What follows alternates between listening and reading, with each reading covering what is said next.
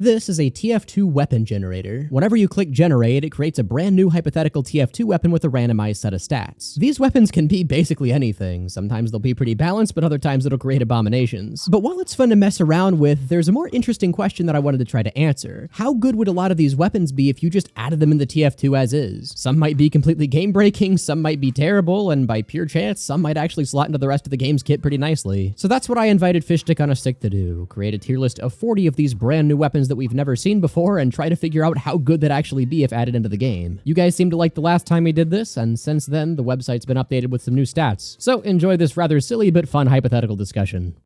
What I'll note here before we begin, I've changed around a couple of the tiers because we were having the problem of a lot of weapons being like better than good, but not quite OP.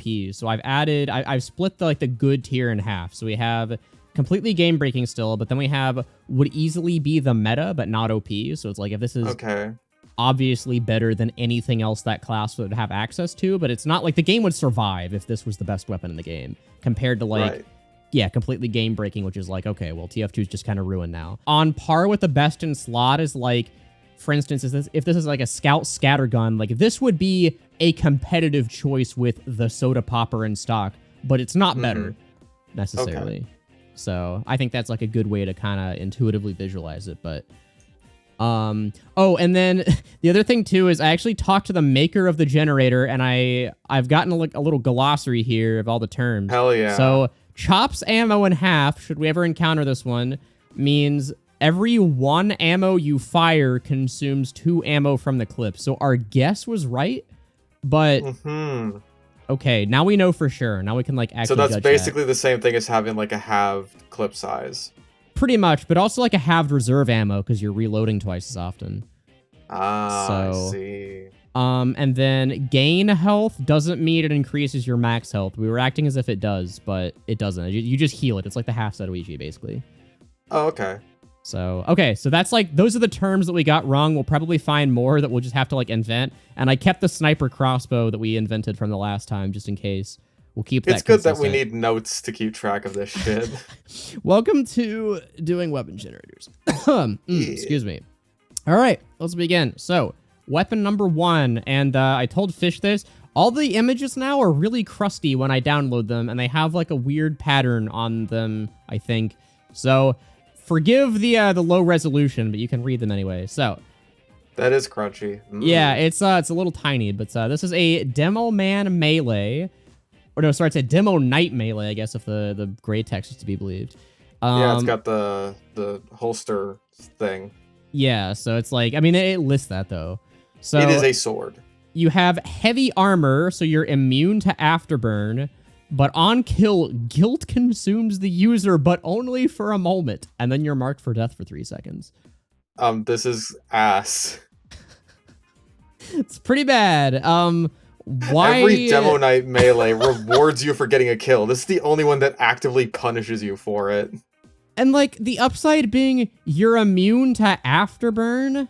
Like, use the charge and targe. It's basically the same thing. Any shield and right click, and then you don't have to think about it. Like, why? Okay, this would be pretty rough. The only use case that I could see for this is like if you're running this on I guess what, like full Demo Man or like explosive demo. There's not a penalty to just having this. So oh, that's true. And you are immune to afterburn just passively, so I don't think it would be completely useless. Like, this would be the best sword to run an explosive demo without a shield. But if you're not doing that, like, why bother? Unless, well, it doesn't say you need to have it deployed in order for that to work, so I think it is passive in that case. Yeah, I mean, Wearer is immune to afterburn, so it's like you're just playing Demo Man normally, and you just can't be lit on fire, which is pretty good. You also just can't use your melee, which sucks, but, you know. I mean, it does have a larger range. Like, I use the Scotsman Skull Cutter to reasonably well, you can't use it because once you use it, you're marked for death for 3 fucking seconds. Yeah, but you feel bad. You just killed someone. You ended a man's life. I would feel bad too, but only for 3 seconds. I feel bad when I kill someone with a sword, but not when I blow them to smithereens with a grenade launcher. Yeah, but then it's like, you don't see their mutilated corpse. You just see, like, bits and pieces, and it's like, that's funny. So I laugh when I see disembodied, like, organs going everywhere. But if I see a man honorably die on the battlefield, I would mourn for him too.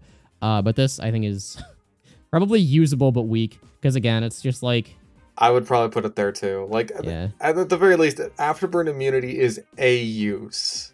Yeah, like, there would be a use case. I can't say that there wouldn't be, but it's just It's a very not... niche use case. Probably not going to be what you'd want to be running in most situations. All right, get in there.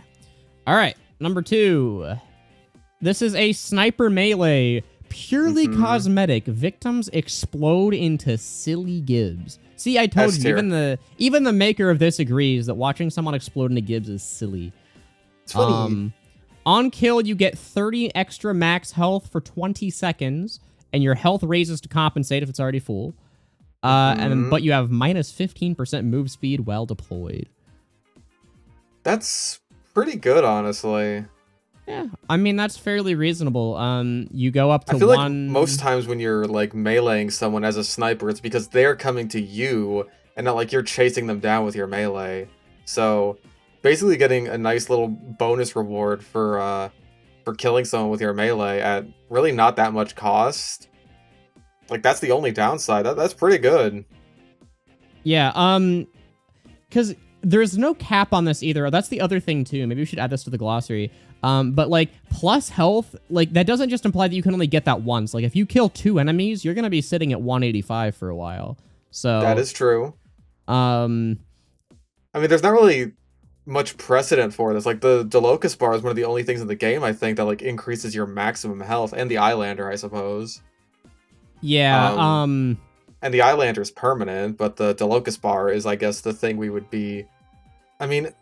Well, the Locust bar only does it once at a time, though. No, because if you eat it, like, back-to-back, you don't get the health bonus twice. Actually, no. I'm going to agree. I'm going to say my commenters were wrong and that there's more precedent in the game for this only being, like, a one-time health bonus just because the Locust bar is the only other thing to compare it to. So unless you're comparing it to the Eyelander, but that's, like, a permanent buff as long as you, like, have the head still. So that's... kind of an iffy gray area, but I would say that the Locust bar is the better standard to compare it to. Yeah, because the Locust bar is worded a lot more closely to this, whereas like the Eyelander is gain a head, and then it explains what having a head does, where this is just like a flat out on kill do this. So I think it's more reasonable to assume all of you commenters that were saying this are wrong and stupid and idiotic. You only get the health bonus ones. And stinky, you probably smell bad too.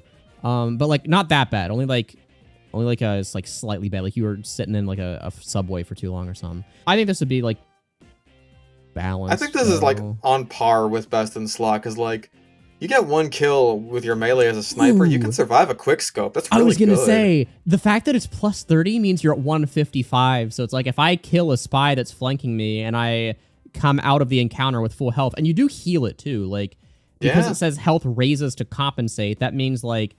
Yeah, you get 30 health on kill. That's pretty good. I do think this would be, like, pretty akin to the cookery, then. So. Well, I mean, the best in sniper slot is the bushwhacker, but the bushwhacker is bullshit, so... Yeah, so, for context, like, what we're determining is, like, easily the meta is, like, this is not so much better than the cookery that there's no reason to use the cookery. Like, this is pretty comparable, so that's why it's in this and not the one above. That's what we'll try to stick to. Well, I'll say it's, like, definitely not better than the Bushwhacker, because, like, the Bushwhacker is like, oh, hey, there's a person coming to kill me, now they're dead.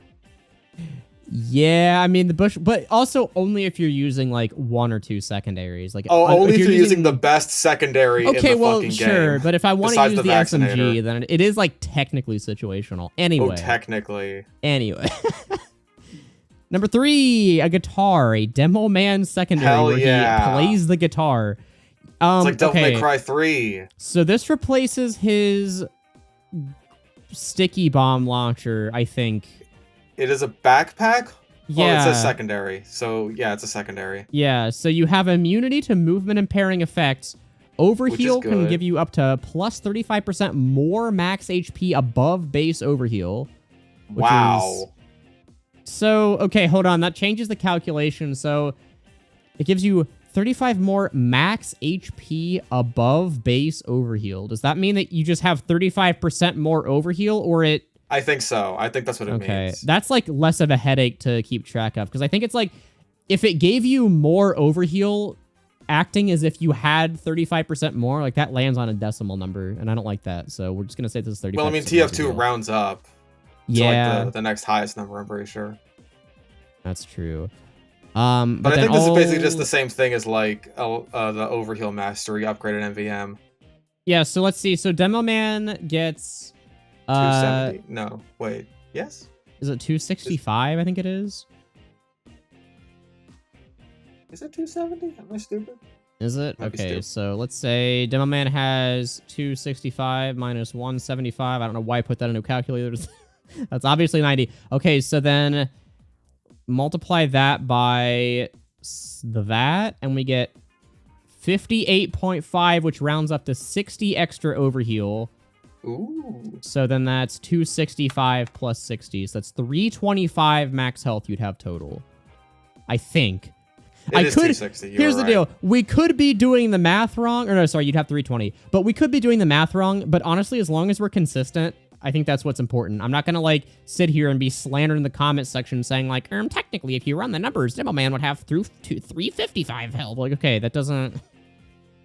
I don't care enough to, like, sit here and do advanced calculus. The important thing is that Demo Man is now tanky as fuck, as long as there's a medic. Yeah, so he's setting at 320 max overheal, and he can't be pushed back. And even though received debuffs last twice as long, they last a lot less if you're being healed actively, so I don't think that really matters. The biggest downside, though, is that this is like a secondary, so you don't get a quickie bomb or a sticky bomb launcher, like, I guess, if this replaced the grenade launcher instead, which, like, would be the precedent for a Demo Man backpack considering the base jumper, then I feel like it would be a lot stronger. But the fact that you do have to replace a sticky bomb launcher just for this effect is, like, that makes it almost kind of balanced. Let me see. Hold on. So this... No, this was very clearly a primary. Okay, so this is a secondary. We'll keep this as a secondary, sure. I mean, it does say secondary. Yeah, so, well, I didn't know if that was, like, because I know Demo Man especially gets, like, weird about what's a primary and what's a secondary, and some people will try to claim that the sticky bomb's a primary, even though I don't think that's true. Even though it's in the secondary slot. You know, it's like, ooh, in the game's code. Like, okay, well, in the locker that I'm about to shove you in, that's not true, so... Yeah. Ooh, even still, pipe demo with 320 health and no Oh, that's still knockback? ridiculously strong. It's pretty good. That's still really, really good. I think this is, like, only on par with sticky bombs, though, because, like, if I'm playing pocketed demo, Oh, yeah, I think there's plenty of precedent for me to want the 8 bombs on top of the pipes, but... Yeah, I'm not saying that this is, like, meta, but not OP. I think it's, like, at least on par with stickies. There would be a good reason to occasionally use this over sticky bomb launcher, mainly if you're just really, really annoyed at, like, Pyro's air blasting you, I guess, but I guess you still can only use your grenade launcher, so... Do you want to get on, like, King of the Hill, like, on Brazil or something, but there's a Pyro just standing on the point pushing you away? It's a compelling use case when you're on Brazil and there's a Pyro who is air blasting you and you're trying to cap. Basically, that happens to me all the fucking time. That's true. Like, I just want to get on the point on Brazil, but a Pyro just right-clicks my general direct. No! Go away. This is my point. All right. Number, wait, 4.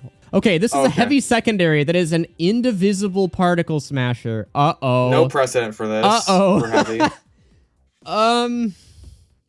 Okay, so it's doesn't require ammo and projectiles penetrate, so it's like the Bison.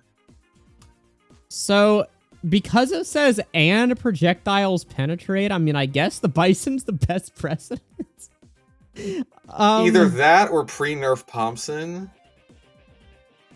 Oh, but look at the, hold on, I don't think it matters, because look at the stats. Damage received is split equally between... It's the Skivity backpack. Oh my god, no. But it's on heavy. Oh my god. Oh my god. So, dude, it doesn't matter what this even does. This could do literally nothing. It could do no damage, and this would be insane. And look at the downside. Damage vulnerability from airborne enemies. You know what I really want to do when I see a heavy? I want to fucking bomb him. Especially if he can't die, because it's like, okay, so here's another thing too. Both of these are passive for one thing. Yeah. So what this stat does, because again, this is another one that I had arguments in the comments about, is whatever damage you take is cut in half if a medic is healing you. The medic takes half and you take half. However, if you don't die, then the medic can't die in that shot either, because if one can't die before the other. So let's say that you receive 300 damage. You get hit by a crit pipe. You would take 150 as the heavy, and the medic would take 150. But the medic wouldn't take 150. He'd be left on 1 because you can't die, so the medic can't die before you. So exactly. Yes, this is as OP as we're making it out to be. I think people were confused about this, but this is like genuinely fucking insane. So one cannot die before the other. That isn't like you basically both have to die at the same time. So in order for you to be able to die as the heavy in one shot, you would have to receive double your max health because you take half damage from any given shot. Which means you would have to get hit by 600 damage, which means, hold on. You have to get backstabbed. No, oh wait, I mean, yeah. But, so 450 times 1.3. No, okay, wait, so if there's a Machina sniper and he drop shots you, then you die. Machina, Yeah. I think is like 513 damage. 512? Oh, what the fuck ever. I never use this thing. But, times 1.3, yeah, that's 665. So if a fully charged Machina sniper drop shots you, then you die. That's the counter. There you go. Or you get backstabbed. Ooh, that's true. And this is on heavy. Well, I mean, that is true. So I guess, like, a backstab would kill you and the medic at the same time. Yes. That's, yeah, like, the only thing that would do that. Except for, like, maybe an entire crit sticky trap. Okay, well, yeah, I guess that too. But I guess that, like, is a downside, is that if you're being pocketed and you get backstabbed, both of you die instantly. But at the same time... Good day for the spy. I was going to say, if the spy is behind the medic and neither of you are paying attention, you as the heavy are probably dying too, unless you have godlike reflexes. So... I don't know if that's really good. I still think this is game-breaking, making it so literally the only thing that can drop a heavy is, or like a pocketed heavy especially, is being backstabbed is like insane. So, yes. Yeah, it's pretty good. I have a great idea. Let's make pocketed heavy even stronger. Yeah, he's not good enough as it is. And then also, like, it doesn't matter what the weapon does. Like, this could do literally any amount or no amount of damage, and that effect is still what makes it insane. Yes. And apparently it's completely passive because it doesn't say well active, so... A soldier secondary? That's Iron Man shoes. It's the moon shoes. You get 130% health from health packs on wear. But your boots are too tight. Lose 5 HP per 50 feet walked? It's not even in hammer units. Bro, oh my god. Okay, hold on. So, soldiers gotta let the dogs out. One hammer unit is 0.75 inches. Don't ask me why I know that. Because you make maps in Hammer Editor. Yeah, I guess that's not like a shameful thing to admit. Okay, so let's see. We're dividing by 0.75, so... That is every 60 hammer units walk. No, sorry, that's 50 inches. That's okay, inches. Wait, what's 50 feet? So 50 times 12. Yeah. I don't know why I asked you that as if I didn't know what 50 feet in inches was. Sorry. Like I was getting ahead of myself with the mental math. I'm not that stupid. Okay, so we divide by 0.75. And then that is every 800 hammer units, which is like not negligible, but that's like, you're not losing that much health. That's like, if you're just walking, because, okay, how many hammer units per second does Soldier move at? Less than 100. He moves at 240, so... Oh. If you're just walking forward, every, like, 3.5 seconds, you lose 5 HP. This seems like kind of a... It's a bit of a roamer soldier secondary, because you're getting, like, more health from health packs. Oh, that's true, and if you're jumping, then you're not walking, so... Yeah. I wonder, like, the math on this would have to be, like, super intensive, but I wonder if, like, it kind of evens out to the point where if you use this and you're, like, camping the fuck out of health packs, does it, like... kind of even out with the gunboats with like how much health you're losing? I guess it depends on health pack density. Like that would be an insane thing to calculate. That's very math specific. But like if you pick up a small health pack plus 130% is like double plus what's 30% of 40, like 15-ish. So it's almost 100 health from a small health pack. Yeah, that almost turns it into a medium. Holy shit. And mediums are just full, so yeah, wow. This is basically just like upgrade the health pack by one full stage, which is like pretty good. It's like the back scratcher upside, but better. But even still, it's like, I don't know if that's strictly better or worse, because if you are playing Roamer Soldier, it's like, I feel like I would just rather have the damage reduction outright. Because if you think about it in terms of like how many rocket jumps is one health pack erasing, normally when you rocket jump with the gunboats, you're losing what, like 16 health, 18 maybe?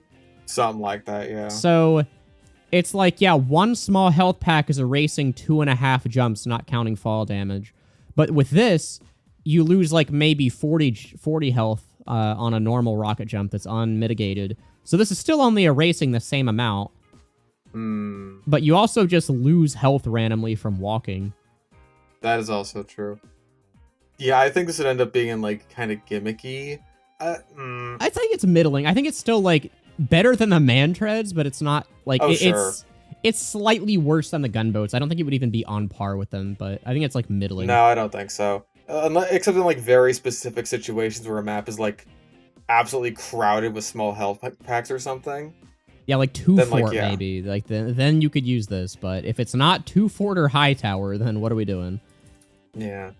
But I feel like the soldiers on high tower would go nuts over this thing. Yeah, it's like I'm trying to think of what other maps are notoriously just barren of health packs. I feel like that's. Oh wait, no, that's ammo packs. Sorry, I was gonna say Koth Badlands, but that's ammo packs. Because like I know Gravel Pit is one of the less dense maps in the entire game, if not the least. But you also don't really need to roam on Gravel Pit, because everyone's just going to sea anyway. So yeah. Okay, whatever. Demo Man Primary. This is Demo Night Boots. So you have 200% increase in air and turning control while charging. Interesting. So tripping is way better. You have immunity to movement impairing effects. All right, then. Immunity to afterburn and 15% more jump height. But charge speed is decreased by 35%. Does that matter when you're immune to movement impairing effects? I don't think it does. I mean, this is just kind of the fuck Pyro Weapon if you think about it. It really is. This is like Demo Man's danger shield. The demo's danger shield. Yeah. Yeah, I mean, this is like pretty good. I don't. Okay, to be honest, immunity to movement impairing effects is utterly insane on Demo Knight. Demo Knight needs that, I think. That's true, because you don't get like not bullshit knocked up in the air by explosives and stuff, so you can just kind of run at people. So you, in a way, Force of Nature, Sandman, Loose Cannon, they don't do anything anymore. But those are still kind of niche. I'm thinking like in a normal situation where it's like, yeah, you're just soldier and you need to hit a Demo Knight in the feet or something like that. Like that's more heavily encountered than you're running the Loose Cannon specifically to deny a Demo Knight. But even then, like imagine he just like runs straight towards an engineer. His sentry's not even gonna knock him back. Yeah, but you still die. You still die, but it's like that's fucked up, right? I think like the best shield. Like, no, you first. Or like if you need to just get any person who was like behind what would ordinarily be an impassable obstacle for a Demo Knight, you just charge forward anyway because like nothing matters. Well, you're still taking damage. Like that's the main thing that's tripping me up about this. You are still taking damage. You're correct about that, but it's like it basically guarantees the trade as opposed to like, well, I'll give it my fucking best, but sometimes when you're Demo Knight, things just don't work out for you. This guarantees it will work out for you, more or less. Yeah, I mean, in a way, it kind of makes your charge, like, passive. You don't get to, like, fly forward as often, but the benefits of cleansing afterburn and, like, movement are kind of made. You get like a slightly weaker version of that just passively. Now there is no health bonus, speed bonus, or on kill charge bonus like there is with like the regular boots. So I almost feel like this encourages sort of suicide plays. Oh no! Imagine like my god, this will go crazy. I was gonna say this will go crazy on Caber Knight. No. Oh my god! No! You can't stop him. Like, okay, well, if he's coming at you, you better hope you have enough time to move. Otherwise, you are exploding. You're getting 9/11, and there's nothing you can do about it.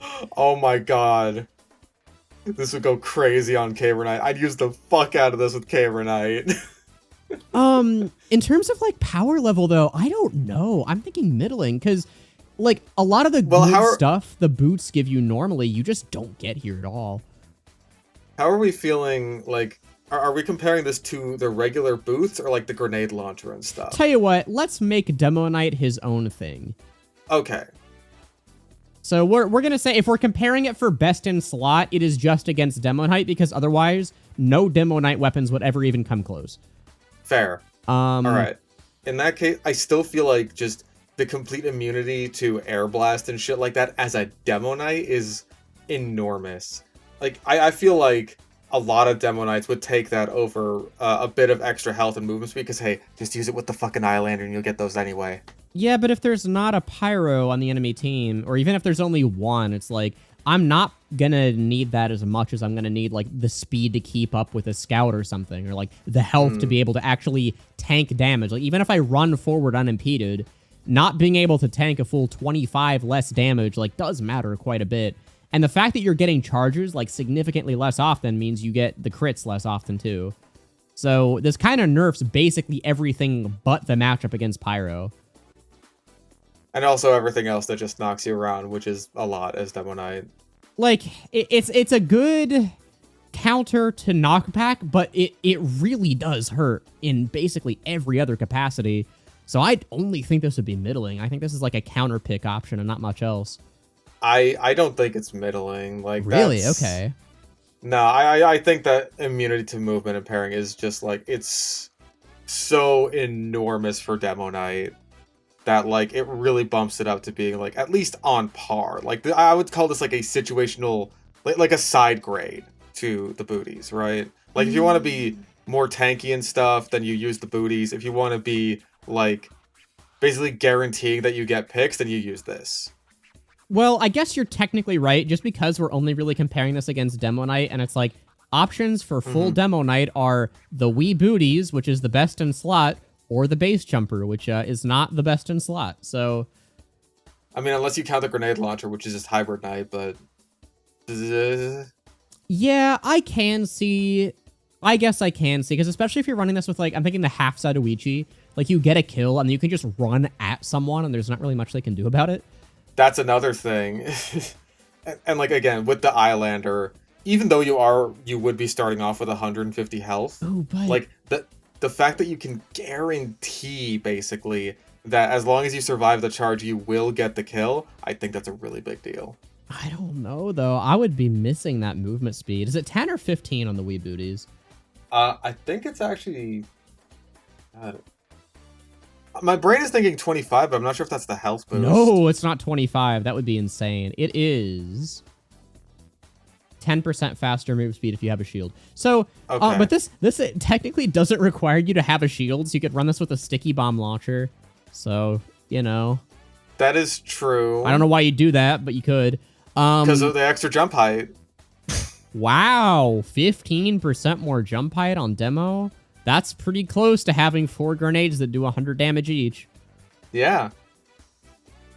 Think about the sticky jumps you could make with this. Yeah, you almost sometimes go 15% longer if you do it perfectly. Yeah. And you still lose half your health. Anyway, yeah, I guess this is like, because we're only comparing this against Demo Knight, it's just gonna be best in slot. I'd put it at least on par. Or on par, yeah. Because, like, there are plenty of situations on, like, more enclosed maps anyway, where you really could just get away with running this on the charge and targe.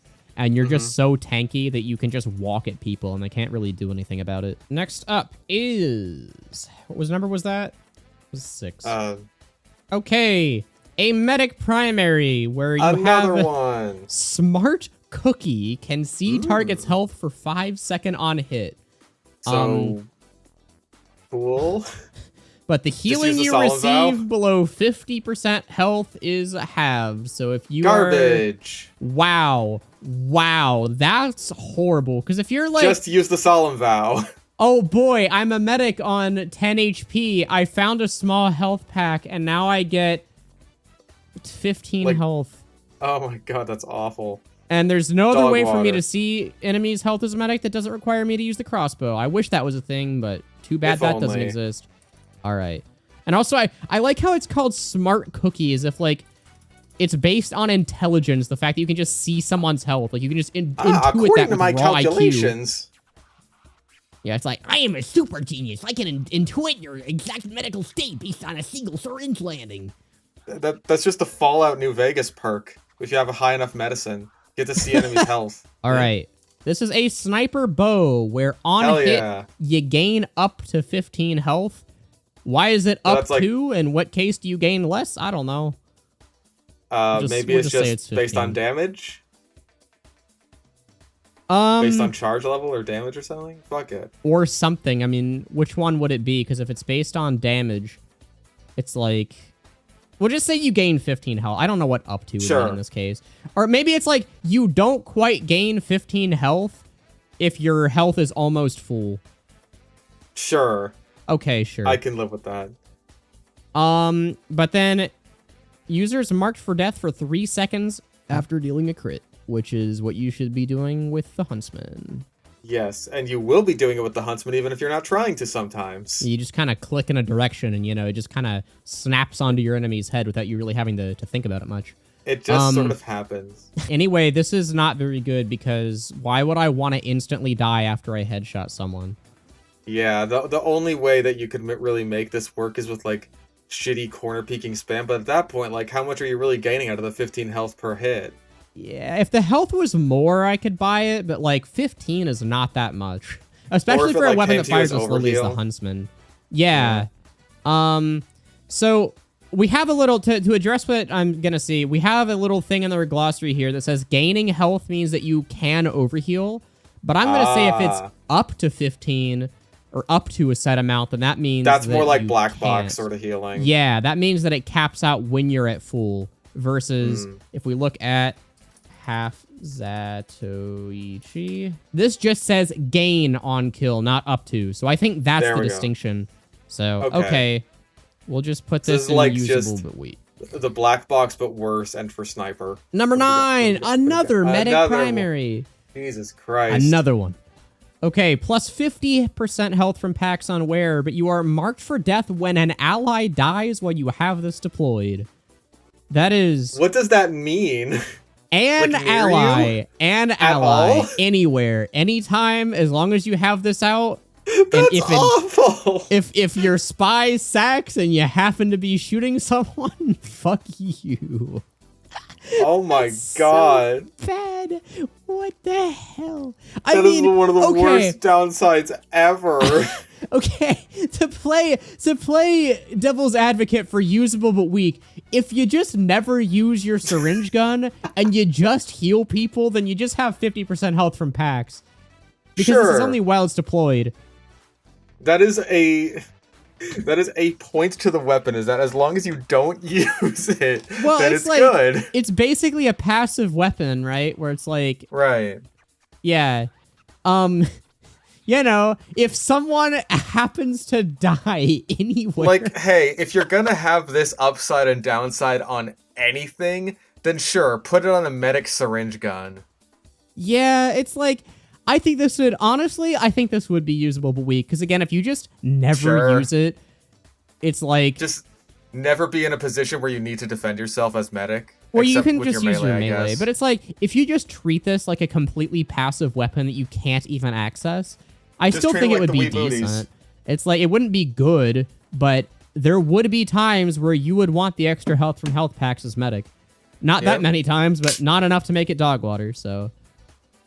That's still one of the worst downsides in the entire game. Honestly, that's so funny. Because, like, imagine you like, encounter a spy, you pull out your syringe gun to defend yourself, and then on the other side of the map, you're free to play a spy, uncloaks while undisguised in front of a sentry gun trying to sap it. And now that spy, the spy that you're fighting, just two-shots you with his revolver because you're marked for death. Like, how often do your teammates die when you play Team Fortress 2? That's such a common occurrence that you have no control over 90% of the time. Like, maybe it would be good in competitive.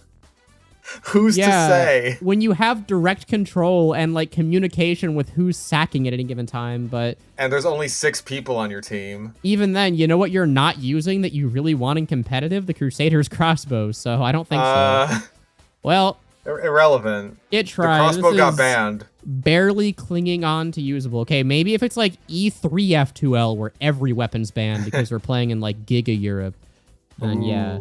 Number 10, a sniper secondary that's a holy hand grenade from Antioch. Oh my god. It creates a cloud of poison gas, dealing 8 damage per second to those within. So it's the gas passer? Well, no, because this actually does damage. This actually does damage without someone having to shoot them for you. It's the gas passer, but automatic. It's basically like a glorified afterburn effect. Effectively.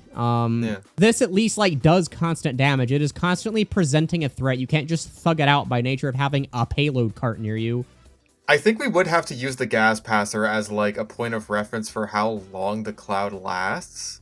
Yeah. I could buy that. And the gas passer lasts like what, 8 seconds when you throw it? I think so, something like that. And you can also throw it at like walls and stuff and have the cloud sort of fall down on people, which I think would actually be pretty useful in like with a weapon like this, where it's just like, you know, it does automatic damage.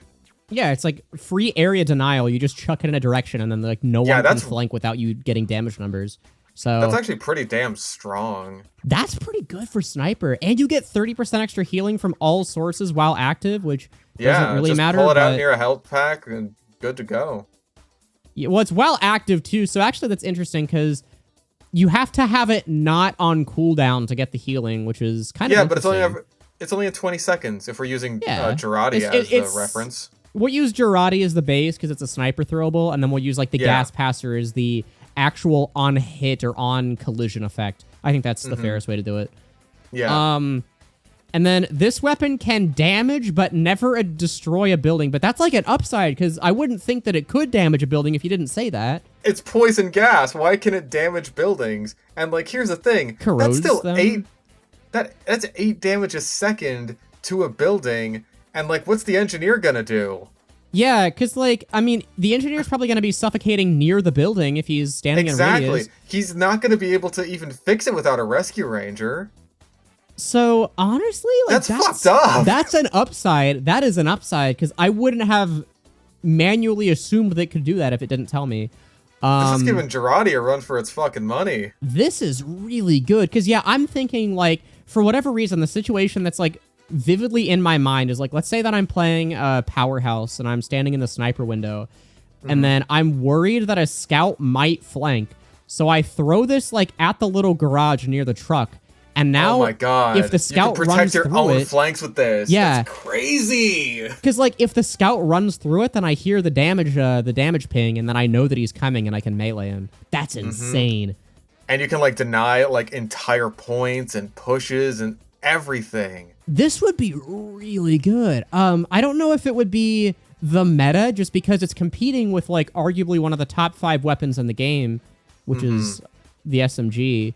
But yes. Well, I mean, okay, sorry, the Cleaner's Carbine's better, but mini crits. It sometimes does as much damage as the SMG.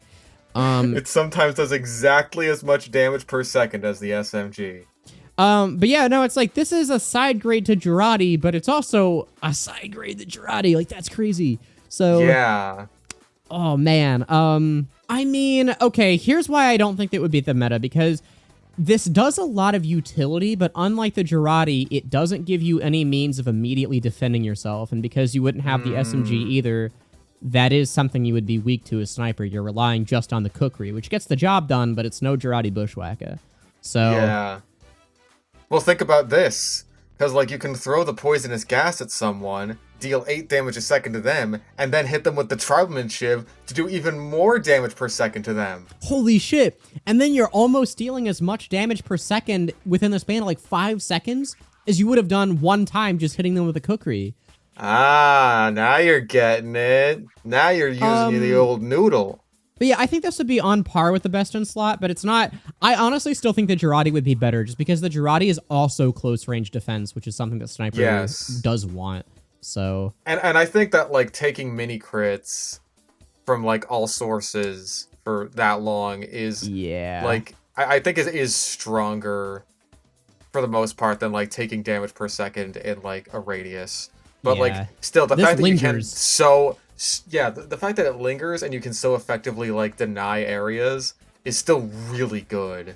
Yeah, and you can't Girardi a sentry gun, so what does that say about that? Exactly. Girardi kind of sucks, actually. That is so huge that you could just, like, throw this at a sentry nest, and the engineer can't do anything about it, and his building is just, like, what, fucking 8 damage a second for 8 seconds? That's, like, what, 64 damage to the sentry while he can't fix it, and, like, the rest of your teammates are shooting at it? That's crazy.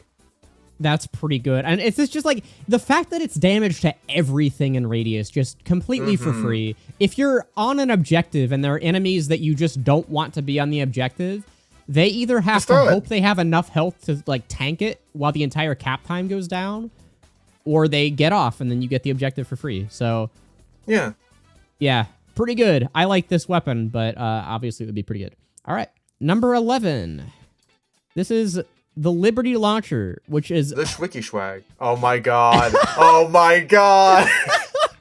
Game breaking is the best. He knows. Oh my god. Yeah. I mean, I don't know how you can even compete with this. Okay. So it bleeds for 8 seconds on a rocket launcher. So that's like, honestly, that's not bad. On a rocket launcher. That's pretty good, actually.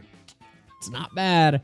And then fireworks, but not like firecrackers. Like this is how well the concept of fire works. It's functional fire. Functional fire. Consecutive direct hits ignite enemies and they bleed. So what the you're fuck? Doubling up on the damage over time with a rocket launcher. Oh my god. But you have to direct hit him. This is basically like the Doom 2016 remote detonation rocket launcher. We were just like doubling up the damage and dealing damage over time. It's crazy.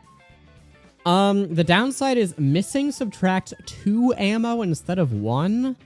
Wait, so if you miss with your rocket, like it deals no damage, it hits no one, then it takes away 2 ammo. But when you reload it or in the clip, because I think in the clip.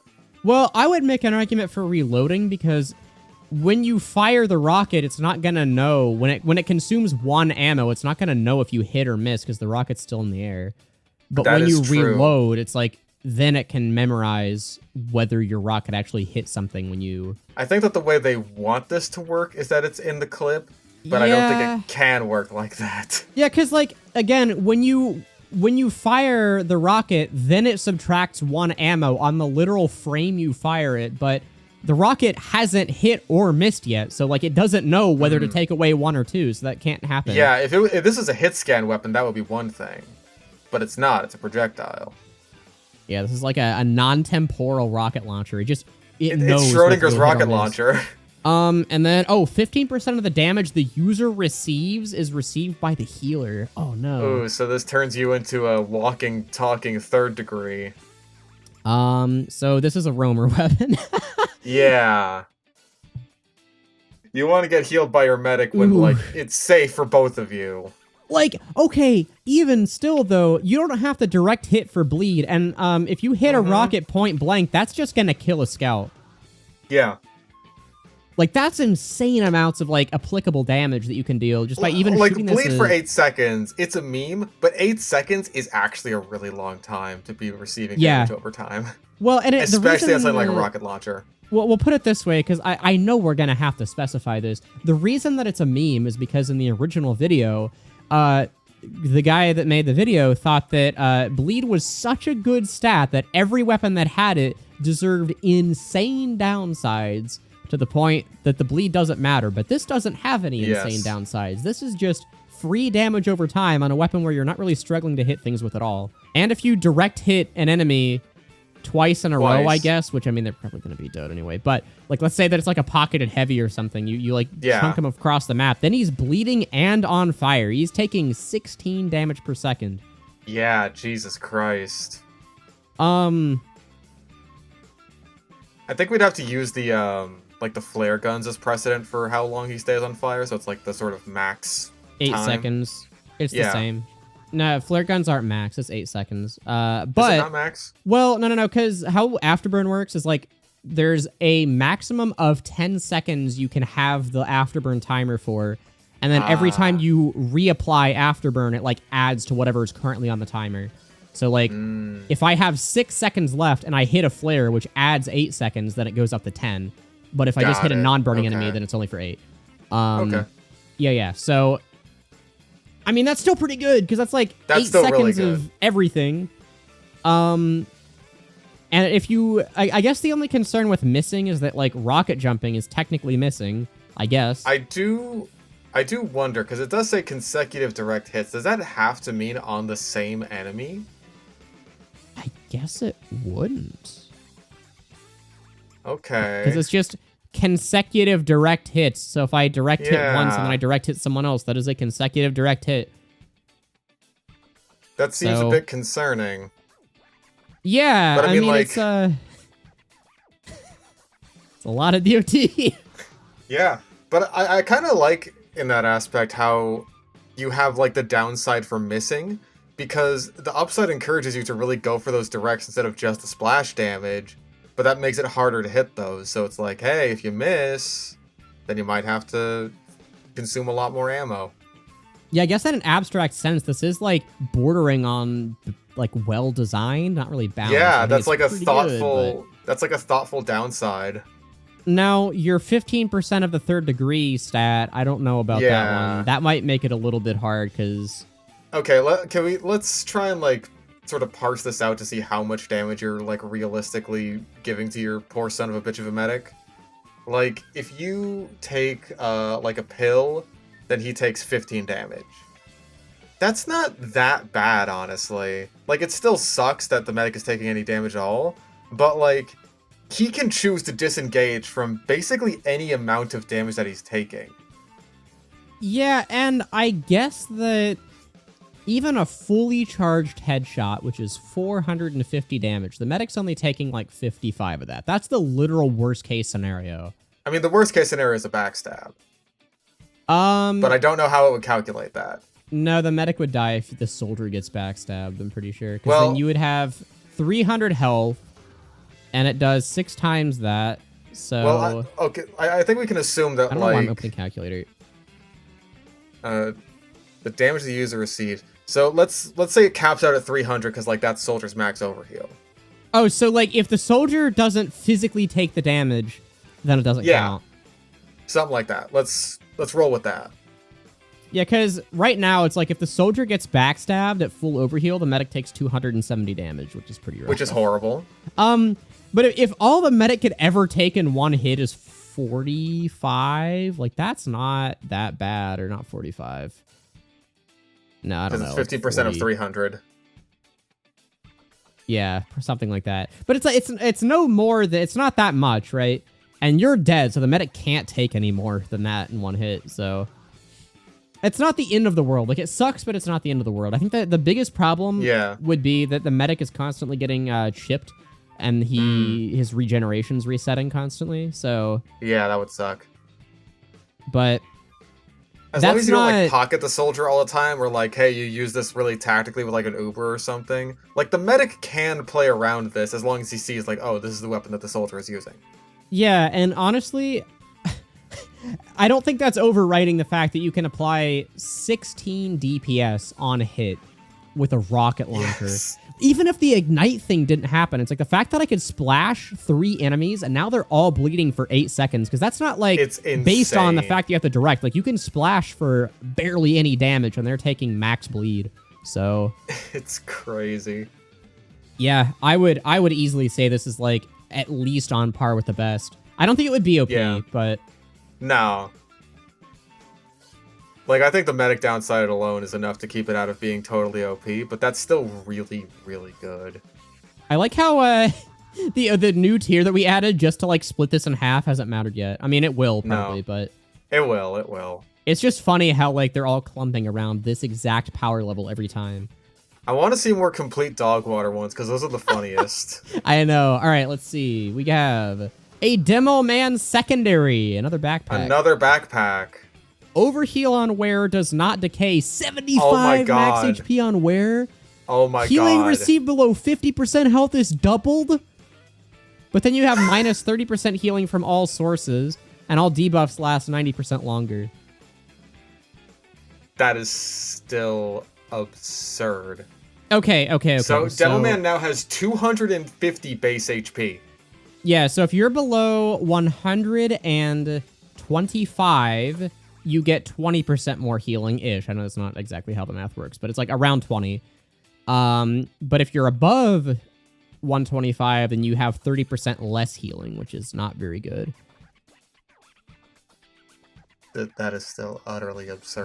Especially the overheal doesn't decay. Yeah, the overheal doesn't decay, so you're sitting at 375 HP permanently. That's nice. That is a quick fix pocketed heavy. Except you're Demo Man.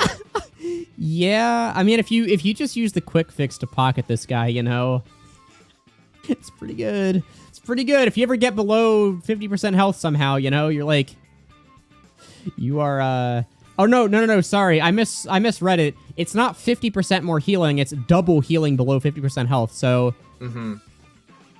yeah, that's 140% total healing, I think, is how that would work. I'm pretty sure. Sheesh.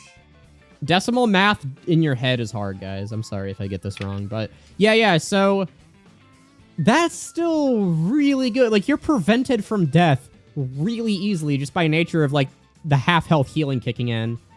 Like, we were talking about the guitar one, I think, that is just like, oh man, you know, this is really good. This is still really good if you're using grenades only demo. This with grenades only demo, Jesus fucking Christ, you'd be a monster. But here's the question. Would this be completely game-breaking, especially when you compare it to the fact that you could be running the sticky bomb launcher? That's the only thing, is like, if this wasn't replacing the sticky bomb launcher of all weapons, then I'd be like, oh dude, this is easily game-breaking. But it's not. Like, if this was replacing the grenade launcher, then fucking easy. Yeah. But it's the sticky bomb launcher, so I think this is our first in the new tier. I think it would be, because if you think about it, it's kind of a side grade to playing a Hybrid Knight in the sense that you don't have resistances, but you just have extra max health outright. You can't basically charge, the same thing. But Hold you on, get more I have healing. like a little chart here for I mean, I think this is going to blow anything out of the water. I don't think you're ever getting 375 effective health, but I just want to check it. You against fire with the charge and charge, you have 350 effective health. Okay, against fire, but this is 375 while you're overhealed against everything. And the 30% less healing does matter. So it is basically a charge and charge, just like that you don't need to like. Well, that can't charge really, but it does mean that you don't decay with your overheal. And so I that's mean, something. Even if you're not being healed, that's 75 extra max health. And if you ran this with the against everything, that's 100 extra max health. And you just have a melee, but you have like more health than a heavy. It is a charge and charge that works against everything. It's pretty good, but you can't charge. I mean, like the repositioning aspect of that does matter a little bit. But I think this would like easily be OP. This would be insane. Yes. Alrighty, campers, we're on number 13, a Spy Melee. Heal up to 6 HP per second while out of combat, but inaccessible while capturing. Oh, so you can't take it out while you're capping. You cannot use your knife at all. That doesn't really matter for Spy, does it? Unless you're like a trick stab god, but this doesn't give you health like the kunai does, so who the fuck cares? Actually, yeah, because the only times that this might be annoying is, like, let's say you accidentally brush by your team's payload, and then you're about to stab someone and the knife gets disabled. But if you're disguised, then you can't capture, so it actually doesn't matter. Yeah. Okay, so this would just be a better knife most of the time. Pretty much, yeah. And up to 6 health that's a lot. That's like more than any other health regen in the entire game. So well, out of combat is the only thing, but it's like I feel like Spy has enough downtime that he can actually like heal up outside of combat fairly frequently. Yeah, you want to know how to get out of combat as Spy? You look at your mouse and you click the button that's on the right, and then you're not in combat anymore because they can't see you. Well, here's the thing: is like I think last time we looked at this whole out of combat or in combat thing, we looked at it in the context of like, can you receive crit heals? Yeah, but I think in terms of health regeneration, that's a different precedent because health regeneration ramping up to 6 HP, where it like starts at 1, and then by the time you're quote unquote out of combat, it reaches 6. In my opinion, like that's a more consistent reading with the rest of TF2 than maybe you don't regenerate anything, and then when you've been out of combat for 15 seconds, then it just immediately kicks into full blast. Well, I was thinking how it would work is like it waits until you are quote unquote out of combat or like able to receive crit heals, and then it starts to heal you. And then the longer you stay out of combat, the longer you're staying up, like you're healing up to like 6 HP to that point.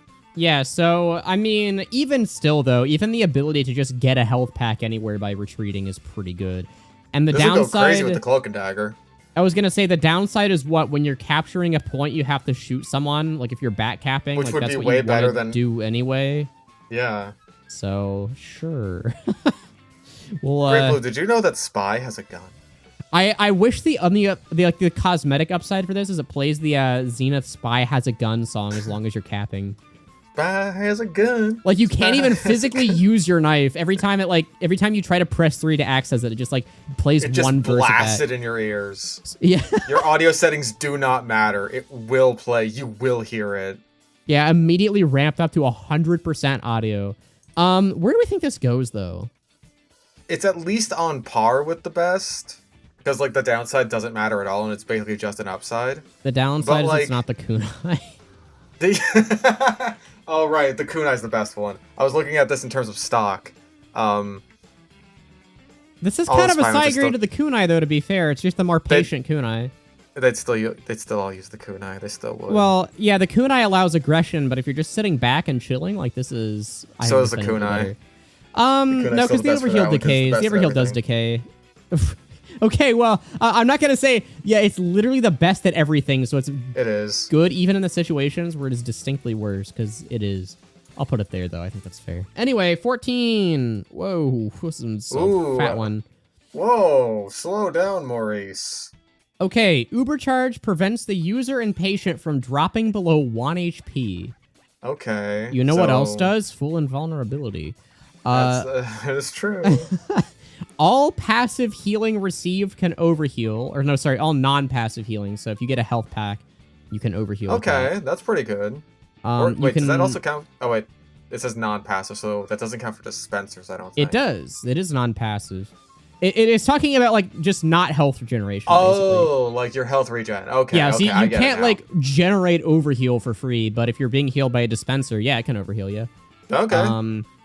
You can see the HP of enemies. The move speed while active increases up to 30% as the user becomes injured. Wow. Holy shit. Okay, Light so speed medic. The overdose and the solemn vow are now completely worthless. Well, hold on though. Let's read the red text. Guilt-ridden. Having an ally die near or in front of you marks you for death for a short period, and your Uber charge lasts way shorter. Oh God.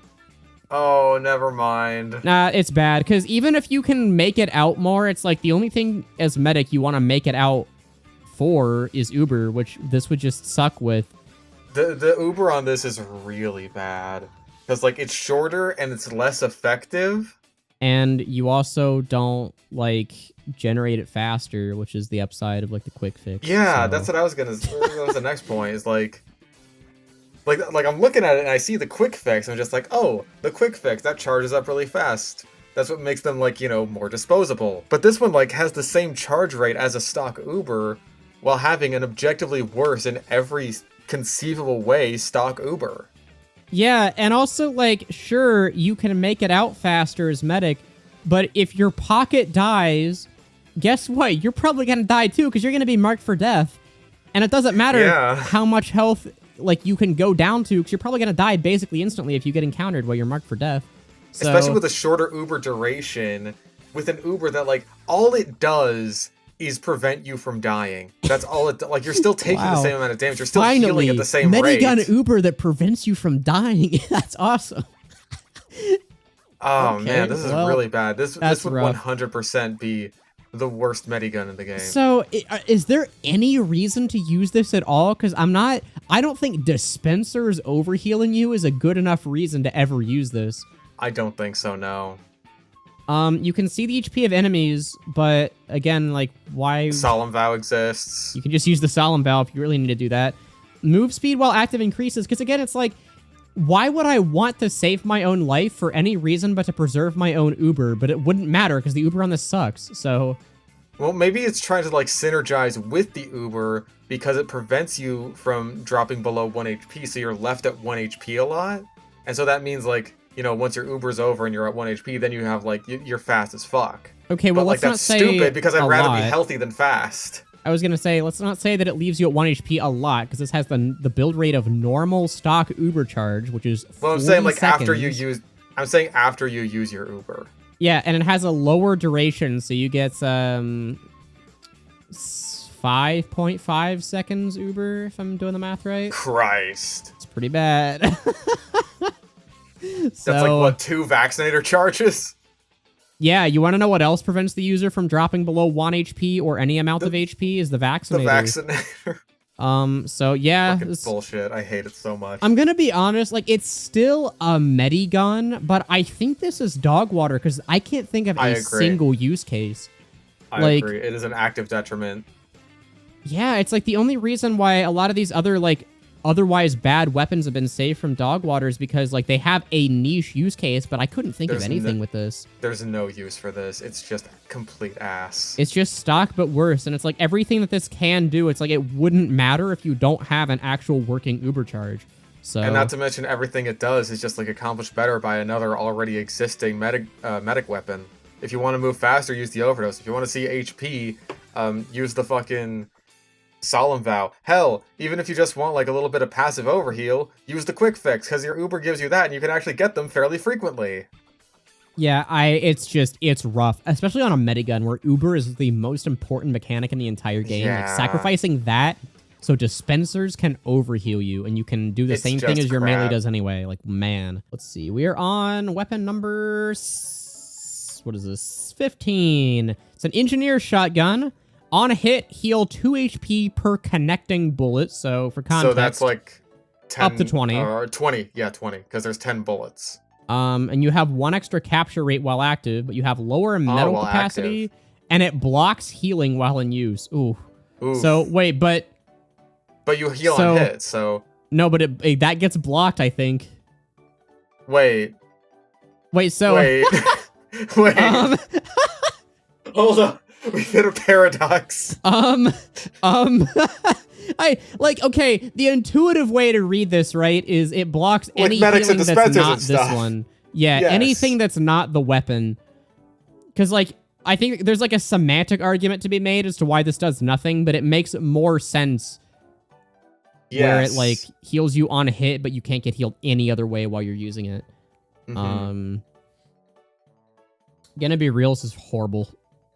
It's I don't think this is the worst, but, like, all these stats don't really play nicely with each other. Like, okay, blocking healing while in use, let's be real, if you're a medic, like, you're not going to heal an engineer. Yeah, if you have a dispenser. Watching this video right now, you're not healing your engineers. You're just not. Michael. Yeah, you're not going to heal your engineer, Michael. I see you. I think this is, like, trying to be a battle engineer weapon. Like, it sort of keeps you in the fight longer by letting you heal up to, like, 20 health per shot, which isn't bad. And it's got, like, the extra capture rate, which is, something that the battle engineer is going to be doing more often than a defensive one. He's capturing. But the minus 20 max metal really hurts battle engineer. In particular, because that means you can't just plop down a mini sentry and then plop down another one the instant it dies. You have to get metal in between that. So, actually, much like the cells in our body or the atoms in the universe, it's not trying to be anything. It's randomly generated. Randomly generated? Randomly generated. Anyway, yeah, like, the only use case for this, I think we had one similar, like, last time we did this, is if you wanted the back cap with the Eureka effect, and you had a teleporter set up, this lets you capture faster and chip heal, and that's it. That's the use case. There's not any other ones. Because even for Battle Engineer... No, because even for Battle Engineer, being able to build one mini from max instead of two is a big downside. At least if you have a payload cart, then, like, you can cap the payload faster, like, and take the metal from that. But you want to know what you can't do if you have a payload cart is heal. Yeah, that's the downside. Again, like, these stats, they fight each other. I mean, I think usable but weak is, like, a fair assertion with this. Yeah. Like, it is still a shotgun. You can still shoot people with it. Yeah, and, like, again, it does chip heal if you're not near a dispenser. Like, it is something, but it's just bad. Hey, like, what? That's like 120 health in a single clip if you hit all your shots. Okay, if you hit all shots as meat shots, then the enemy is probably not going to be alive for long enough. And if they are, you're probably not going to be alive for long enough to hit that. Hey, it's not nothing. I'm saying it's not nothing. Yeah, like, well, a full meat shot healing you for 20 is like, okay. You can maybe get 40 health off of an engineer. Like, it's for not an engineer that has 150 health, that's not nothing. It's at most a small health pack, assuming you landed 2 meat shots on an enemy. Like, it's not negligible, but it's also not great. I think that it would be, like, not horrible. Like, hell, the black box only gives you up to 20 health per hit. That's still good. And that only has 3 shots in the clip. Yeah, but that's on Soldier, who is tankier and also doesn't get his metal supply reduced and also doesn't block healing while in use, so you can use it with a conch and a medic. Blocking healing thing is really a pain in the dick. It's pretty bad. It's pretty bad. Like, to be fair, you can put it away and then you get healed, but then you can't shoot, which, like, if I'm on the payload cart, guess what I might want to be doing? So... at least you can use a pistol. Yeah. Yeah. Anyway, number 16. Ooh, the Cleaner's Carbine. +1 capture rate while active, but this weapon deploys and holsters 40% slower. Okay, so deploy and holster penalties literally do not matter. They are completely bugged in the game. Well, no. Deploy penalties matter. Holster penalties can be bypassed. Oh, okay, that's what it is. That's rough, though. For an SMG, which you're going to want to whip out pretty quick. For what the upside of capture rate on Sniper, like, what is that going to do ever? You can be a little payload monkey. Sniper's not really capping very often, so this is kind of just bad. Yeah, this does nothing for you. You're never going to be back capping a Sniper, certainly. Literally, the only use case that I could think of is, like, you could just be a little payload monkey, and that's it. You just sit on the payload with a sniper rifle hard scoping. Yeah, I guess so. But there's really no, it's only while active. Wait, no, it's only while active, so you can't even do that. Yeah. Oh, wow, this just sucks then. Yeah, I think this is dog water. There's no reason to use this. I was gonna say, it's like, the use case isn't good enough to where I think there would be ever a reason to equip this. It's like, if I want a back clap, Sniper's the worst class for it. I really want to fucking see a good SMG. Like a good SMG unlock. But this is not it. 17. I love my main. Sniper melee. You can see the HP of enemies, but on miss, you're covered with Jarate for 3 seconds. So, broken as fuck? Can see the HP of enemies on Sniper? Hello? Yeah, that's really good, but on miss, you're covered in P. That sucks. That is true. That's the big downside of you can't just swing your melee at the air while you run back from spawn. Oh, I thought that was, like, on miss, like, just in general. That's like with the melee. Oh, with the melee? Okay, then this is fucking fantastic, then. Yeah, this is insane. I don't know if it would be game I thought it was just, like, on miss in general. Like, if you miss with your rifle, then you're covered in Jarate. This is just with the melee. I mean, see the HP of enemies doesn't specify while active, so that just means that it's passive, but... Yes. But wait, on miss... Yeah, but like that implies that it's with the weapon. Okay. Okay. Yeah, I think would be meta, but not OP. Yes. Yeah. Because, like, I think in the last one we did, there was a sniper weapon that let you see the HP of enemies, and, like, the thing that I'm pretty sure I said is, like, if you get shot by a sniper, you're never gonna realize, oh, he killed me in that instance because he knew exactly how much he had to charge because he could see my HP. Yeah, like, it's never frustrating to play against, but it does technically make Sniper, who's already a very efficiently good at killing class, even more efficient. So I think that borders on OP, but yeah, it's not like... That's the only thing it does for you. You still have to, like, hit shots and no target priority and stuff, so... Yeah. Yeah. I kind of, like... I mean, seeing the HP of enemies on Sniper would be insane, but, like, this is so honestly one of the less, like, annoying to play against weapon concepts that I've seen for Sniper. Even if it is busted and he doesn't need it. Yes. Like, I would rather have, like, this is arguably stronger than the Holy Hand Grenade, but, like, I feel like I'd rather see it in the game, because it's just, like, it would... I'd rather a sniper see my HP than cover my sentry gun in a cloud of toxic goo. 18. A Pyro! What the fuck is that? This is the... Oh my god. Holy shit, this is the pixeliest image I think I've ever seen in my life, but... What the fuck is that thing? If there were more pixels, this would probably look awesome. Anyway, this looks like Doom concept art. Yeah. So it's an indivisible particle smasher for Pyro, which is, we'll say Man-Melter is base. Yeah. Well, I mean, technically Flare Gun is base. Yeah, so bounce projectiles bounce up to 3 times. You have 10% more damage versus buildings, but the duration... Which is like 3 damage. Yeah. You do 33 damage to sentries, which is almost enough to 3-shot a mini sentry now. It's left on 1 now. The scorch shot still does more damage to buildings. All right. And the duration of debuffs the user applies is 15% shorter. That's rough like on Pyro. Oh, wait. I thought... So is that across the board for Pyro? User applies, yeah. Not just this weapon. So that's pretty bad. Ooh. 15% shorter, though. I don't know. I feel like... Even still... What are you getting in return? You said the max is 10. So that's like what at most a second. 8.5 is now the max, but that's still missing like 12 damage, I think. Yeah, because it ticks twice. No, sorry. That's missing 20 damage from max afterburn. Well, I think this would be kind of a ridiculous spam weapon because it's like this ridiculous ricochet thing that's just bouncing all over the place up to 3 times, hitting whoever it comes into contact with. I don't... Okay, so the biggest problem that I'm seeing with this is that it doesn't do extra damage to burning enemies, which is like the main reason to use any of the other flare guns. The Man-Melter doesn't either, but you can like get crits with that elsewhere. True. But this is just capped at 30 damage. You are never dealing more than 30 damage. And the afterburn you are. Yes, you are. Well, not to enemies. Not to enemies. 3 more damage to buildings, baby. Does that break any threshold at all, actually? No, because you are still 4-shotting a mini sentry.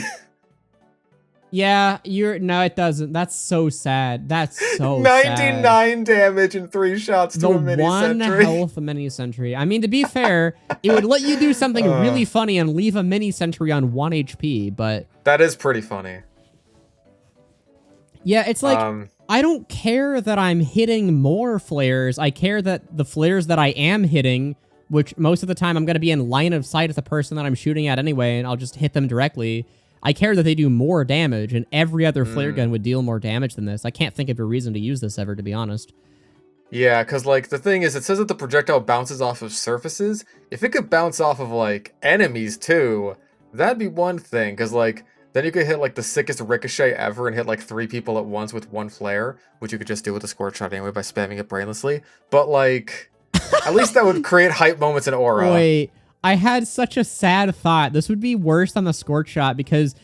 it's worse than the scorch shot literally every way. Yeah, because you want to know what else lets you hit the scorch shot deals extra damage to buildings. Yeah, you want to know what else lets you light enemies on fire that are, like, you hit shots kind of near really easily and also doesn't have an afterburn penalty? Ooh, God knows it doesn't have an afterburn penalty. That's rough. I don't even know, because, like, technically it's usable, but I can't think of any reason to use this over any other flare gun. But it's still better than the gas passer, to be fair, so... Yes. Maybe it's like usable but weak. I guess it's usable, but without a like the medigun I think is usable at least, but there's no reason to use it. Then does that just go in fucking dog water? Yeah, maybe we need to like rename dog water to like pointless or something. If there's no reason to use it, then I say it goes in dog water. Well, it's like, okay, so my thought is like this wouldn't be Pyro's worst secondary. Compared to the medigun, where it's like okay, but if the gas passer came up, if the gas passer came up on this list, we'd be putting it in dog water. Yeah, yeah. But I'm trying to think. So, what's Pyro's second worst primary or second worst secondary? Man melter. Yeah, and this is arguably worse than the man melter. So... Yeah. Oh, I would say this is definitely worse than the man melter. Man melter, I would say, is like usable but weak or gimmicky. This is just like it's worse. I think the man melter's middling personally. Like I honestly am a man melter believer, but ooh, I don't know. Like, cause honestly, it's kind of on the edge. I don't just by nature of this not even being Pyro's worst secondary. If you dropped it into the game, I don't think it's that dog water. Cause it's like even being a worse scorch shot isn't like an insult necessarily. I guess. This would let you hit shots around corners, which is something. I guess. So does the scorch shot. Well, this is like, you could hit some insane trick shots with this. They wouldn't do very much damage, but... And they deal 30 damage plus, what, now 7 seconds of afterburn? Yeah, I don't think this is so offensively bad that it goes in dog water, even if it would be not great, but... Anthid would make like a fucking cool kill video with it. He'd make a frag montage. Like if you cool crit boosted this, yeah. It'd be cool if like the damage increased after each bounce. That would just encourage you to kind of spam it around corners. I think just like if the damage was increased at all, that would be cool. If you could, it is like, increased. I mean, if this crit burning enemies... It is like, increased against buildings. Ooh, 3 more damage. That's pretty good. All right, here we go. Another Pyro Secondary. Okay. Oh, boy. This weapon will automatically reload when not active. Oh, wait a minute. It didn't say that for the other one, did it? No, it did not. But indivisible particle smashers do that. Hold on. Man melter. Does this say that it does that? Yeah, it does. Okay, well, dog water. Hold on. Hold on. I win. Retroactive dog water, because that's an oversight. Yeah. Flare gun not reloading while inactive's pretty bad. Passive reload is huge for flare guns. Anyway, this one does, and on hit, 1 target at a time is marked for death. What the fuck? But you actually do less damage against burning players. Does that only with this weapon though? Yeah. So this would almost be like a reverse flare combo where you hit them with the flare once. Oh my god, dude, with the extinguisher. With the fucking Dragon's Fury? Oh, with the Dragon's Fury. Oh my god. Because you're immediately disgusting. hitting, what, 75 times 1.35, which would be 101 per hit if you mark someone with this, with the Dragon's Fury? Oh, that would be insane. That would be crazy. Jesus Christ. This is an awesome support flare gun, because, like, you could just, like, tag someone a million miles away where all your teammates are fighting, and they're marked for death now, and on fire. It's just like, oh, I'm gonna die now. Genuinely? This might be one of Pyro's best weapons if it was added. Because this is like, okay, so you think about the other weapons that mark for death in the game, and they're all pretty close range. Yeah, like the Fan of War. Is it just the Fan of War? Does anything else mark for death? Like, that's not on yourself? The Sandman and MVM. Okay, but that, like, on real human beings? The Criticola on yourself? Hold up. Okay, hold on. Yeah, that's it. So, the only other mechanic in this game that marks you for death, or, like, that forces you to take mini crits, because I guess the Girardi technically does it too, right? The Girardi's on a cooldown, and the Girardi's, like, one of the best weapons in the entire game. This... You could just hit from any Yeah. range, and you get 16 flares. This would be one of the best support weapons in the entire game. Like, even if you're not doing more damage with your flares, like with the flare combos, one, you could still follow up on it with your other weapons, which are insane, especially the Dragon's Fury.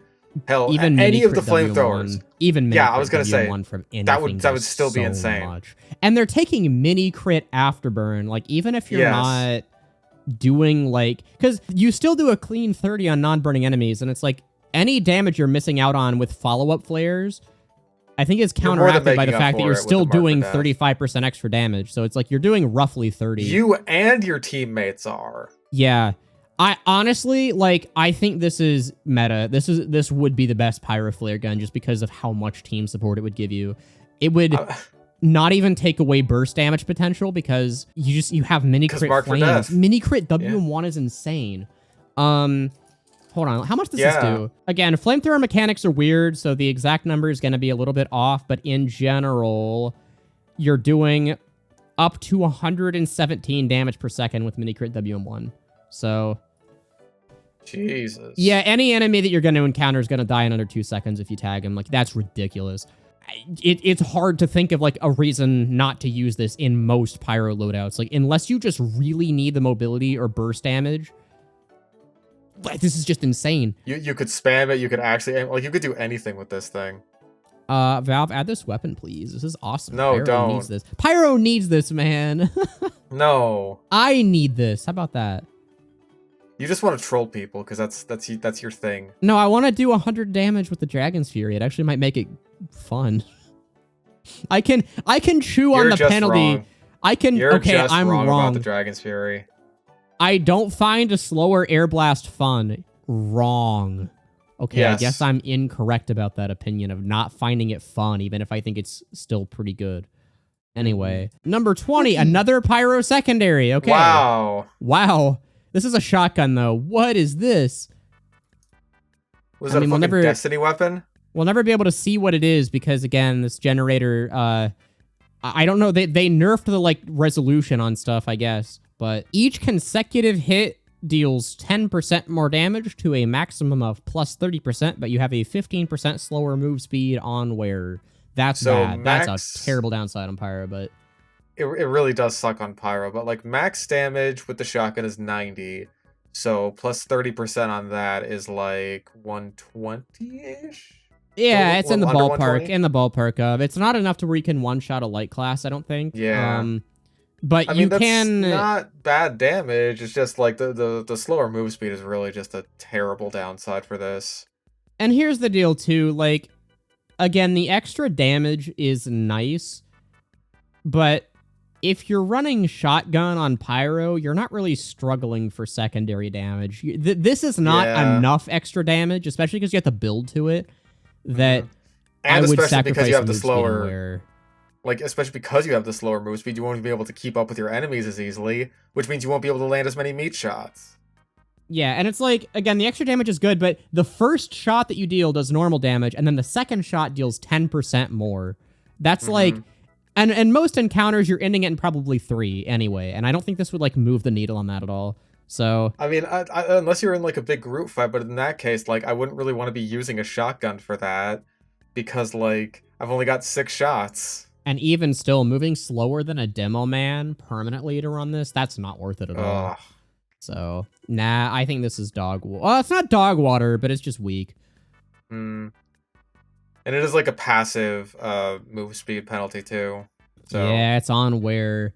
Well, what do you think? Because how bad? Because, like, a move speed penalty on Pyro does suck. I think that the move speed penalty sucks enough that it really just doesn't make up for the difference in damage. If this is, like, I don't know, like, 2 less shells in the clip or some shit like that, then I could maybe see it working out, but, like, nah, dude. Pyro needs as much move speed as he can get. Honestly...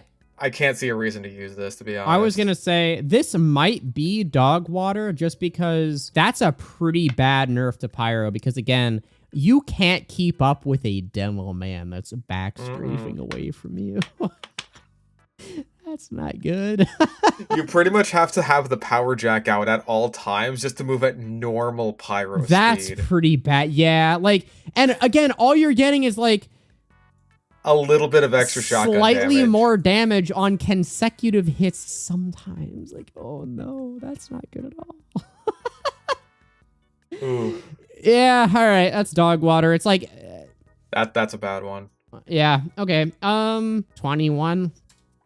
This is a soldier secondary that provides a group buff where allies can heal each other for 35% with attacks on each other.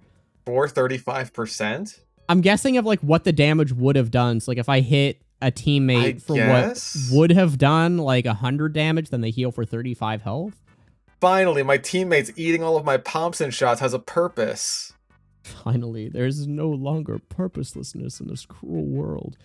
I'm imagining like you pop this and all of your team just goes into a frenzy, like trying to shoot each other. They just go berserk. Yeah, like they get bloodlusted, but it heals. They get oh my god, you get 25% faster move speed on wearer or soldier. That's just insane. passively. And you have Battle Fever, heal up to 1 HP per second while in combat. Okay, Which is effectively the same thing as the Conqueror while in no, combat. it's not. So this is another thing. This is the exact same upside. You remember the rocket launcher last time that we argued a bunch about? Oh, yeah.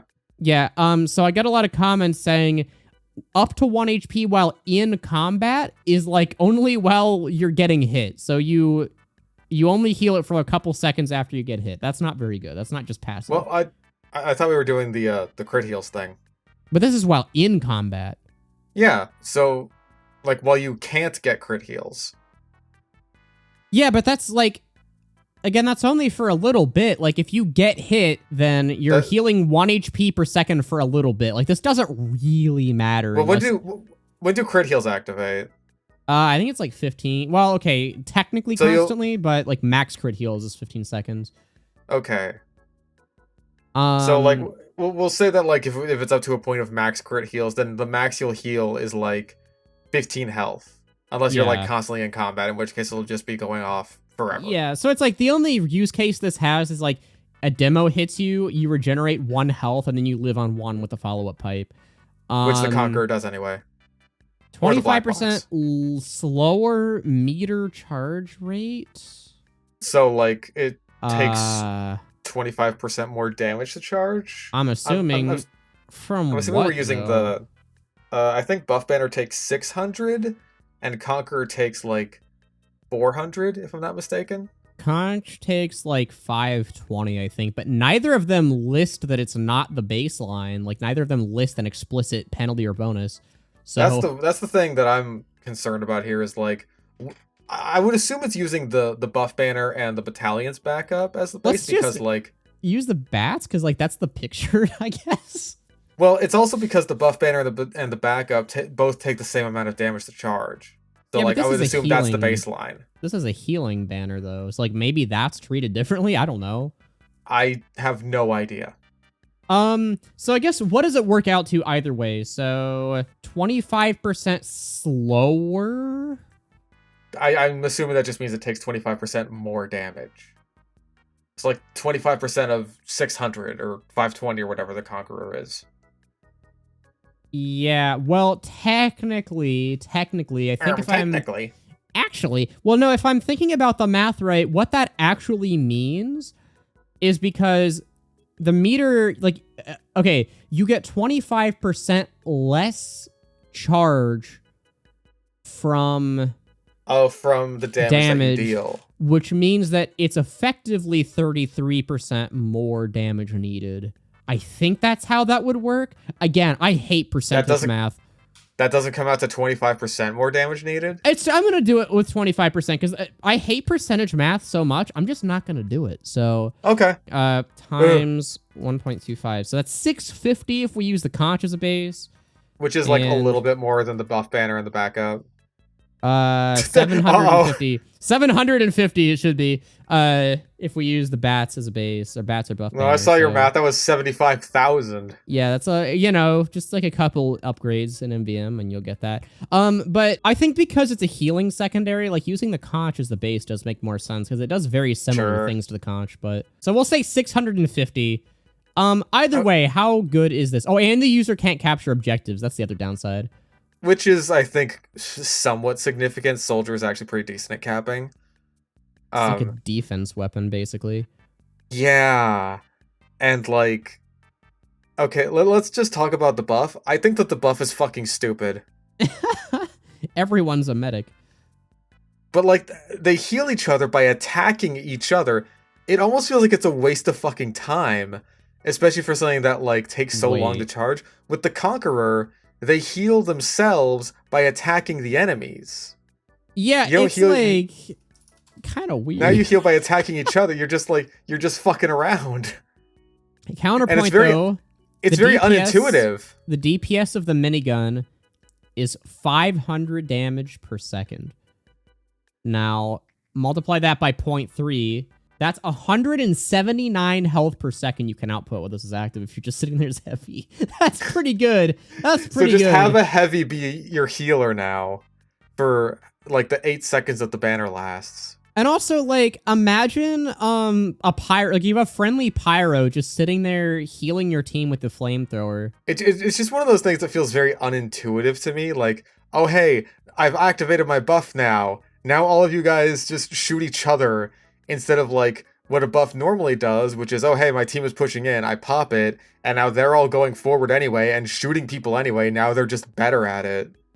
Yeah, this isn't really something that you could use without a lot of coordination, because you kind of have to dedicate... Well, it is gimmicky, but honestly, I still think this is middling, because 20% faster move speed passively on soldiers is pretty good. That's the only thing that I'm, like, really thinking about is, like, yeah, that would be, like, the reason to use the weapon. Not so much the buff bonus or even the healing. It's pretty much just the faster movement speed. Which even then I think is, like, kind of kneecapped a little bit by the fact that you can't cap, so I guess you're just using this to frag. I was gonna say, I mean, depending on where you're playing, I guess what map and game mode, like, you may not need to cap. If you're playing Capture the Flag, then it's just, like, you don't have to, right? But if you're playing, like, if you're attack, defense, or payload and you're on the defending team, it's like, this doesn't matter. Yeah, this is basically the same thing as the pain train. And I think if you did just go into voice chat and say, like, hey, I'm running the Schmingus banner, can a heavy or pyro just be a dedicated healer, everyone else attack? Like, I feel like that's all you'd have to do, and then you'd prevent the confusion of, like, everyone shooting each other instead of the enemy. But this does have potential for a ton of healing. Like, there's a lot. Because, like, okay, imagine, too, you have, like, a friendly demo laying down sticky bombs underneath your team. I don't know. I feel like it's heal Crusader's crossbow for your entire team. That's true, but at the same time, I feel like it needs so much coordination from teammates who just are so unwilling to provide that for the most basic of things. I need you to understand how many times I have just, like, grabbed a medic by the shoulders while I'm at 25 health and screamed at his stupid, brain dead, blank-eyed fucking face, heal me, you stupid son of a bitch! I hate you more than words can fucking describe. And he just drools a little bit as his brain leaks out of his fucking ears. And you want me to have my fucking demo man lay down a carpet of sticky bombs to heal my teammates and not to kill people with. That's what you ask of me. You ask of me madness, my friend. You ask of me madness. I'm starting to think this isn't, like, a completely unbiased, neutral take here. So, like... You're probably right in assuming this is more coordination than you're going to get in most pubs, but even incidentally, just by, like, the dumbass soldiers shooting their teammates, it's like, oh, I accidentally stood in front of your rocket, but now I'm healed for, like, 40 health instantly because I absorbed it. Like, that's something. Again, like, the I think it's middling, personally. Sure, but I'll be fine with middling. Mostly for the faster movement speed. The buff, it does really don't care for at all. It would be gimmicky, but it's like something, I guess. It's not negligible. It is better than literally nothing. I guess so. When you put it like that, you know? Yes. All right. It's really just faster move speed, but it comes with a banner. So it's like... It is a buff that I would sometimes have reason to use. Finally, the nerf banner. All right. The Scout Secondary. It is a throwable weapon, and if you throw them, it deals damage and ignites them for 5 seconds. The sun on a stick is usable! Oh my god. The sun on a handle, finally. So... I guess first and foremost, we'll use like cleaver stats for this. It's pictured and it does damage. So we'll assume that it has like the same cooldown. So like 50 damage and super short cooldown and it ignites 50 damage on hit, 7.5 second cooldown, ignites for 5 seconds. Yeah, it's just a flying guillotine, but it lights people on fucking fire so you could use it with the sun on a stick. Oh my god. And also, oh wait, that's true. Wait, I was going to make a meme about how it's just worse bleed, but that's actually, wait, that's insane. You can use it with the sun on a stick. Oh my god. Do it. And also, you know what stat this doesn't have that the flying guillotine does? No random crits. So prepare to just randomly eat 150. Oh my god. That's awesome. That's fucking awesome. This is amazing. This is the best weapon in the game. And you can see enemies' HP while active, so you already know if like they're in combo range to go for this. And you can just, like, hit those super long snipe shots like you can with the cleaver, but, like, you know it's gonna kill the guy. That's fucking awesome. This is the best weapon of the game. They should add this right now. This would be so fun. The only debuffs downside last is twice all as long, who received cares? Debuffs. Well, if you get hit by You know what this helps with that? You know what helps with that? The fucking sun on a stick! Because now you resist the fire damage! Okay, you're still on fire for 16 seconds, though. That's not nothing. But now you have longer to run to a health pack.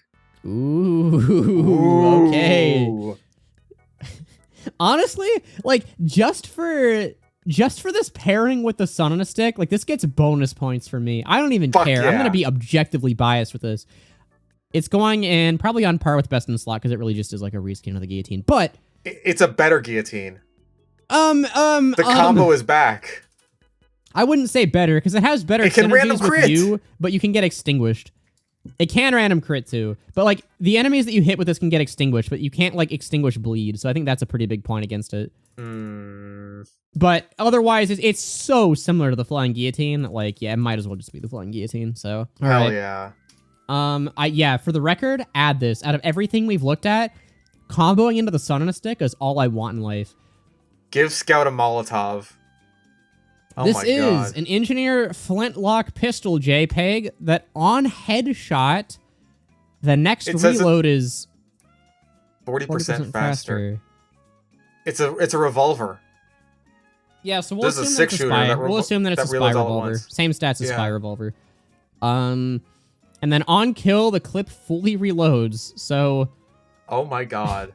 If you somehow don't, yeah. So I guess the headshot thing is pretty useless, but. Wait, so this is amazing, actually. But then you do 15% less damage versus buildings, which is like who cares? 30. Yeah, who cares? To be fair. And then you have 10% less move speed while deployed, which is as pretty engineer. Low. That doesn't really matter. Who cares? This is amazing.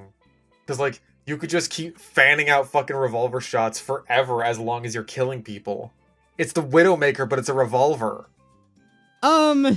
Kind of. I mean, I wouldn't say forever, because you only have 6 shots that do 40 damage, but the fact that this just is a revolver at all on Engineer... Well, as long as you hit one headshot on a person, then your next reload is going to be 40% faster, which is really fucking fast. It's so fast with a revolver, though. But for yeah, a I mean, I guess revolver, it's like... it's fast already, and then make it even faster, so it's like, boom, you're good to go. The problem is, though, like... I don't, like, when I'm using the revolver and I'm not using the ambassador and getting way more damage on headshot, I'm always aiming for center mass, because that fucker has bloom on it. Like, you are not just, you're not, if you just hold M1 on someone's head, most of those bullets are missing. So, this does technically encourage bad habits, but, like, you don't have to do it, I guess. And, like, the revolver reloads so fast anyway. The fact that this is a revolver on Engineer at all and this is like, a secondary. So think about this. Like, you can, like, butter someone up with your shotgun and then finish them off with the revolver. You don't have to do all of the damage with the revolver. Yeah, so... I think this is really good. I mean, okay. So, just based on how we have the tiers laid out, this might be middling. Because it's not on par with the Really? Wrangler. It's not on par with the right, Wrangler. the I'm sorry. Wrangler. Yeah. Like, to be fair, the pistol... Okay, this so like is we're as good talking as the best in pistol. yeah, like we're talking best in slot here, but like I feel like a pistol and the Wrangler functions so differently that it's like they're almost like weapon classes, if that makes sense. Like Yeah. when we're comparing things like the wee booties and stuff to the no air blasty shoes, then it's like, hey, we're comparing those to the wee booties. So it's like, should we be comparing this to something like the pistol as opposed to something like the Wrangler? We should, because with Demo Man, I think that's an exception, because like there are two very distinct play styles that emerge depending on what weapon in that slot you want to use. Whereas with Engineer, it's like when you use your secondary, chances are you're going to be playing the same way anyway. You're playing around your secondary, obviously, but it's not like so much different that it doesn't even resemble the same class anymore like Demo does. So I don't know. It's like go pretty hard on Battle NG. It would, but like when I think about this, it's like my thought is this is a pretty good Engineer weapon, but it's not like I still think it's like a full tier down from the Wrangler.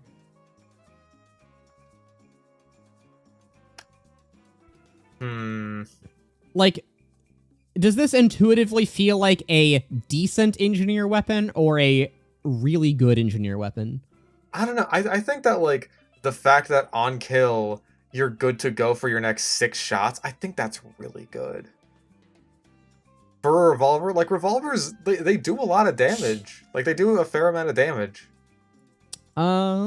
Okay, how much damage per second does the revolver do compared to the pistol? Because I actually think it might be lower. So the pistol does... Okay, we have to break out the calculator here. The pistol does max ramp up 22. We'll take base damage because I think they have the same ramp. So it is 15 divided by how many shots per second? It is 0.15. So the pistol on average does 100 DPS even. Okay. Now, compare that to the revolver, which obviously has better mid-range damage, kind of, but we'll get there. This does 40 per shot. This has a function time of 0.5, so this does 80 DPS. So the pistol actually does, like, more damage on average, and it's the same spread. Actually, no, the pistol... Wait, that's so sad. No, wait, no, does it's... the pistol no, have better spread? No, sorry, I misread. Hammer units away from target versus degrees of spread. Okay. Oh. So, yeah, no, the revolver's more accurate, but the pistol does more DPS. I think they're very comparable. They really should just give Engineer one already, shouldn't they? They really should. Honestly, not even just give Engineer one, just like let Spy revolvers be usable on Engineer as a secondary. Just let the weapon cross over like the stock pistol does for Scout and Engineer. Well, maybe not the Ambassador. I don't know. I don't know if I want to fight that with the Battle NG. Okay, well, not unlocks, but just the revolver. The revolver. Like, yeah. And the big kill. Bro, big kill on Engineer would go so hard. The Enforcer would be so good. Aw. The Enforcer would actually have a use on Engineer. Yeah, because you can disguise and then get more damage on Engineer. Oh, wait. I was thinking about, like, the damage resistance penetration because, you know, Engineer can't backstab people. Yeah, I mean, I guess, but... it's still not very much DPS. Would any of the revolvers work on Engineer? I feel like they all kind of play into what Spy does, except for the Ambassador, but that would be way too busted, so... I don't want to see the Ambassador on Engineer. No, they all pretty much have, like, Spy-related functions. The Latrandra has the cloak, the Diamondback has the on-backstab and sap shit. Maybe, like... On Engineer, if you remove a sapper, that gives you a free crit. Fuck it, right? Sure, why not? That's a building destroyed. Well, it's not a building sapped. But it's a building destroyed. Yeah, but that's not what the Diamondback says. Just shut the fuck up. Shut your fuck. Okay, Diamondback says, and I quote, gives one guaranteed critical hit for each building destroyed. No, you're cringe. With the sapper attached. No, you're cringe. Yeah, and you're wrong. Oh, I'm wrong. Okay, I guess that's not what it says. I changed my mind. Yeah, you're wrong. Anyway, small tangent. This I think my vote is just like it's an average Engineer weapon. Like it's pretty good, but not amazing. It's not the best in Alright. slot, but like I want to like if you're intent on disagreeing, like I do want to know why. Nah, like I'll be fine with average. Like if it's around the same as the pistol, then I can live with that. It's just like, because okay, the revolver reloads so fast that like I don't know if clip fully reloads is something that you're really gonna care about. It's just it's a pistol side grade basically. So this one 24. 24. Another Demo Man backpack. Yeah, why are there so many of these? So overheal gives Dude. you up to 15% more max HP above base overheal. So you get 15%. This is just like the opposite of the other one we did. So the thing with the weapon generator is that inevitably, so you know what the birthday paradox is, right? The what? The birthday paradox. The what? The birthday paradox. The what? The Pomson. So let's see. The birthday paradox, I think, is if you have like 20 people in the same room, there's a 50% chance that 2 of them will share the same birthday. But there's 365 days in the year. Yeah. But it's how? Not because you're not comparing one guy against 20 guys. You're comparing all 20 guys against each other. So there's a lot of possibilities. There's a lot of like chances effectively for there to be the same birthday. So, but it's the same deal with weapon generators, right? If you're generating 50 weapons, there's a high chance that 2 of them are going to be exactly the same. But it's like the last one of the other demo backpacks we did. It's like, oh, you don't take any knockback at all. Now you receive double knockback. I'm pretty sure anyway. Yeah. So I mean, how much is 15% extra though? So we already established that what 260. Yeah, 85 times 1.15. So you get 97, which rounds up because it's 0.75. Yep, it's 0.75, so it rounds up. So it's 100 total overheal. So 275 overheal is not bad. And then it doesn't decay, but you're also giving up your sticky bomb launcher, so... Yeah, I don't think this one's worth it for giving up the sticky bomb launcher. The other one that gave you, like, fuckloads of health. Yeah, maybe. that's a good deal, but it's like... I couldn't justify. I think this is, like, decent. Like, it gives you something, but... Yeah. It's not... It's definitively worse than the sticky. Maybe the knockback received being doubled makes your grenade jumps with the iron bomber better. Oh, or cannon jumps, yeah. You go flying. Oh my god, if it's doubled, you go flying. Oh, yeah. You turn on that's like a clip, sticky jumper at that cannon. point. But yeah, it's not enough things to justify not having a grenade or a sticky bomb launcher. Yeah, it's all right. 25. This is an Invis watch that gives you 1 HP per second while cloaked, but you can't disguise while cloaked. Ooh, I don't like that.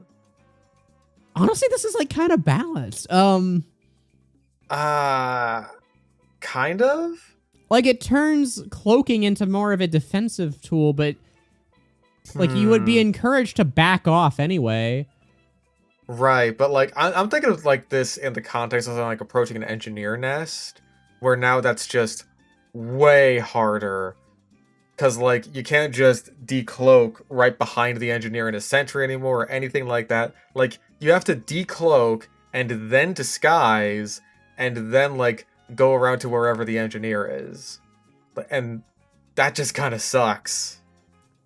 Yeah, the more that I think about it, the more that I realize like... Oh, not to mention, using this with the your turn reward would be fucking agony. Well, that would be pretty bad synergy because you get less healing total, but... Yeah, awful I think synergy. Like a lot, at least a decent amount anyway, of your survival as spy does rely on you like being able to appear places with the disguise already intact, so people don't look twice. And while it's not impossible for you to go behind a corner and then disguise, it's like it makes you look more conspicuous. I think every second a big risk, that like having the cloak cloud visible because people can see that around corners pretty easily. And like every second that you spend outside of invisibility or disguise, and especially like both, it's like, oh man, that's just so many risks you're taking, so many more factors being outside of your control. I like the upside, because like again, Spy does have a lot of downtime while he's cloaked, especially if he's using something like the Cloak and Dagger. Wait, no, this would be this would replace the Cloak and Dagger. Never like, fucking mind that. If this healed I'm more, fucking stupid. If this healed more, I could buy it, but 10 total health for 10 seconds of Cloak is pretty bad. That's also, not that much. Also, you're a Spy player. You're using the kunai anyway. Of course you are. You're getting as much fucking heals as you want.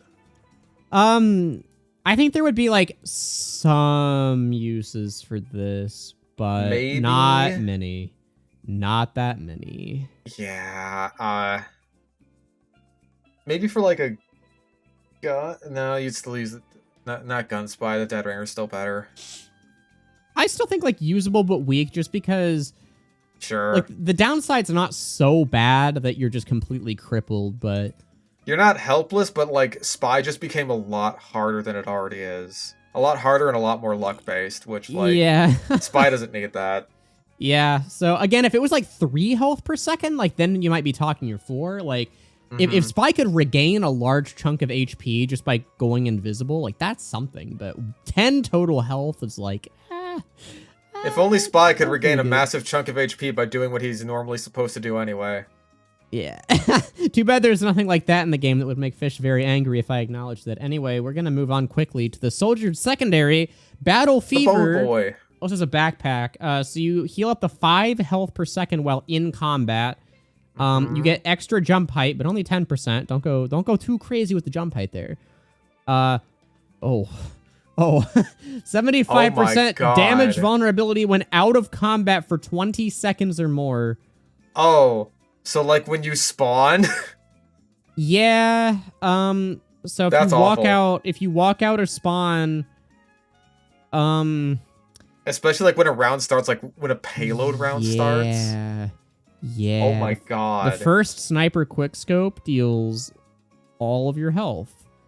You just instantly die. And this gets you 5 HP per second while in combat. You want to know what also does that all the time and also has a banner that heals you even more and doesn't make you die instantly? I don't know. It's tempting, but someone might be hard sell. That 10% jump height. That is true. This would make some of your rocket jumps, if you're C-tapping, if you're not C-tapping, maybe go farther. Hey. All right. It's something. It is a cool skeleton. This is a medic primary. Ooh, and this it's is a crossbow. This weapon will reload automatically at least, and then you are vaccinated. The user cannot be marked for death or debuffed. Hey, no afterburn. That's something. Okay, so based on how vaccines work, does that mean he's like injecting piss into his veins so he can't be marked, or so he can't be like Gerardi'd? It's like little dead piss cells. Wait, how are you vaccinated against bleeding? Do you just put more blood in your veins so when you leak, you're like back down to normal amounts and you're fine? If anyone can do that, it's the medic. That is TF2 logic. It's like, medic, you about bled out. How are you still alive? Oh, I put double my amount of blood in my veins, and even though I lost what would have been all of my blood, actually, now I'm back down the normal levels, so I'm fine. Yeah. And just dump the rest of the blood back in with buckets. That's like awesome TF2 logic, actually. Okay, so not being able to be debuffed or marked for death is pretty good. But the damage decreases as the user becomes injured, and this is a crossbow, so I don't think that's that big. Like, this is a huge survival weapon, right? So, like, if we're using this, like, same context sort of as, like, the other primary we were talking about, like, we're like, hey, you just don't use it, then you use it for the passive upside. This is actually, like, a really good... I mean, like, hey, you can't be lit on fire, you can't be Gerardi'd, you can't be marked. Ooh, you're immune to the gas passer? Ooh. Oh, that's pretty good. Ooh, don't mind if I do. Yeah, can't be so slowed really... down. Slow down. I mean, how much slow is there, though? It's hey, just you don't have to worry about getting... Natasha. You don't have to worry about the Natasha anymore. You don't have to get stunned by the Scorch Shot anymore. You don't have to get stunned or afterburn by the Scorch Shot actually, anymore. immune to, like, stun is pretty good. Loose cannon? I mean, the knockback is still a problem, but it's like... So, the only, like, downside that I'm really seeing that you would want to be immune to is, like, the damage over time, so, like, fire and bleed. But I don't know if I would dedicate an entire primary over the Crusader's crossbow just for that, because the other one, what did the other one do? This gave you extra health from health packs, and taking damage is something you're going to be doing a lot as medic, but this is, like, pretty niche. This is just a counter to Pyro, basically. Sure, it's niche, but, like, I think it could be an interesting counter pick at least. I think it's something. It's not nothing. Yeah, I'd probably put it in the same tier as the other one, where it's, like, usable but gimmicky. Yeah. It's just, again, a counter pick option. It's like, I really dislike one specific Pyro on the enemy team. Which is based. You're based for thinking that. No, you're not. Okay, Pyro has enough problems, man. We don't need more weapons that... My easy class who walks forward, he has enough problems as it is. Okay, do you think the Darwin's Danger Shield should be allowed to exist? Like, let's be honest. No, that's fucking stupid. Yeah, exactly. This is just a Danger Shield for medic. Like, come on. No, it's not. Well, okay, Pyro you don't get can do things the besides just applying Afterburn. Yeah, but applying Afterburn makes all of your weapons do more damage that take skill. So if you're not applying Afterburn, the weapons that take skill, like the Dragon's Fury? Just use the Dragon's Fury against the medic. That you can't, because you don't get... You do 25 per hit against that medic. No, but, like... there's still like the tiny little bit of Afterburn. You stupid! No, because he's immune. No, because he's immune. He's immune to all So is Pyro. So is Pyro. You can still combo Pyros with the Dragon's Fury. Yeah, but that's different. How is that different? It's Shut exactly up. the same. This is a Pyro Secondary. I don't know. Actually, I'm trying to think. Would it be different? Probably wouldn't. Think it. No. Because you can combo the Danger Shield with the Dragon's Fury 2, I'm pretty sure. It just does piss damage because he's got the ridiculous resistance. Yeah. So it's the same thing. User cannot be... I guess it would be. Yeah, we'll take that as precedent. So it's exactly the same. Anyway, I don't think that's like... Okay, in terms of how this helps the case, I don't think this like makes this better, but whatever. Well, it means that you and your easy class for little dumb babies can counter it better by just using the Dragon's Fury. You don't want to know what I do as Pyro? I hit flare combos and extinguishers, and I couldn't fucking do that, so I'm going to be forced to use the flaw. You can do that against this guy, too, because, like, for the same reason that you can flare punch the medic, but that's, like, hard, because the medic's fast. Like, you can flare punch Pyros, can't you? Yeah, but Pyros run at you. Medics run away from you. That makes it a lot harder. It makes it harder. Okay, anyway, Anyway. Hold on. This has been on screen for so long. We have to reintroduce it now, because you're whining and complaining. You're waiting and complaining. Whoa, a Pyro Secondary. This is 20% wow, it sounds like a little from banana packs, on it. but securing a kill while below 25% health with the last shot in your clip fully heals you, missing makes you drop dead. Okay, so reload before you hit the last shot in your clip. No, but like... while below 25% health. What the fuck?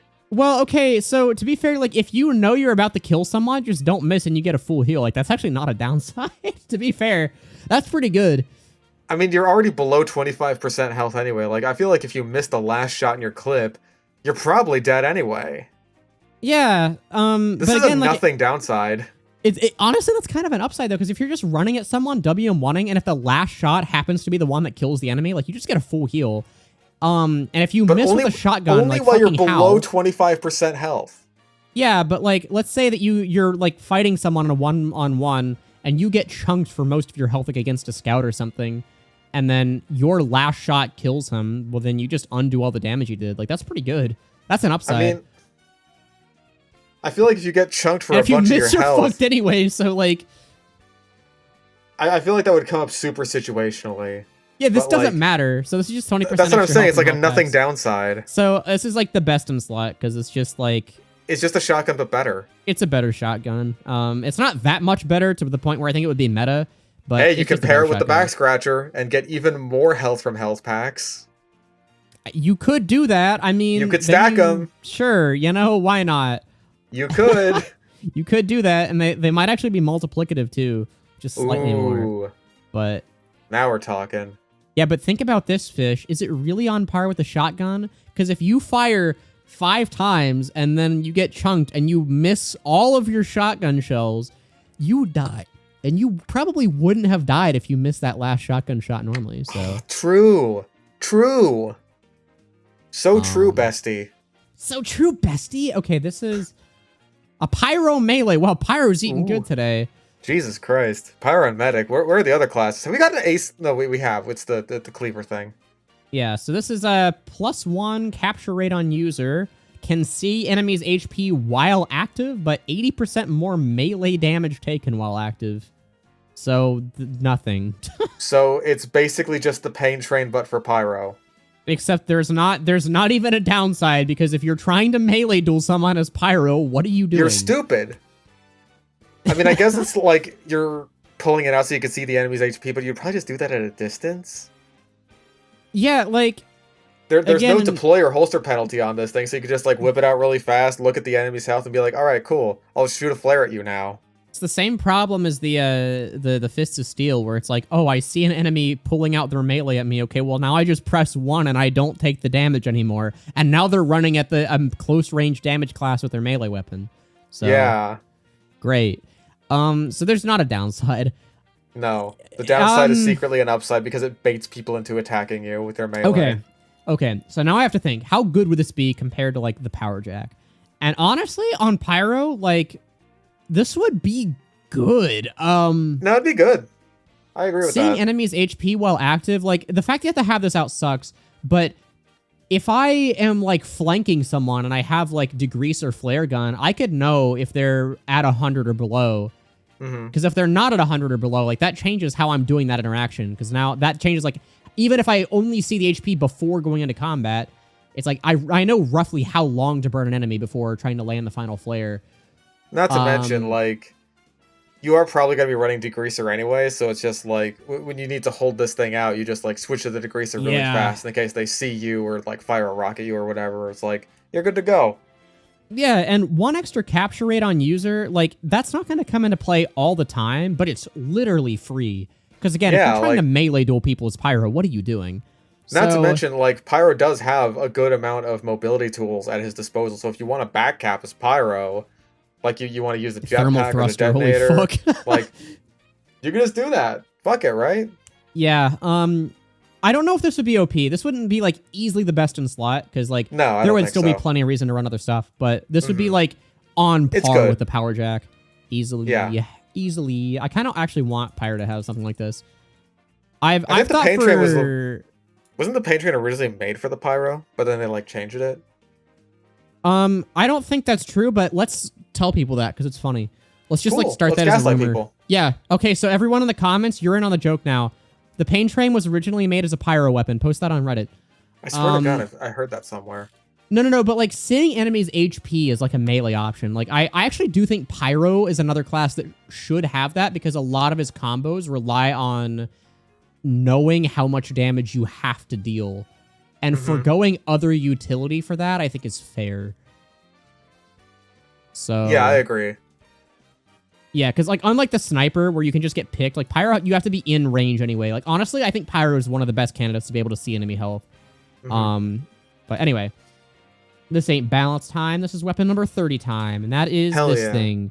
Which is, oh my, another Pyro weapon. You're a Pyro, you're a fire retard ant. That's not nice. Fire does no damage to you at all. Holy. Wow, so you just win Pyro duels. Cool.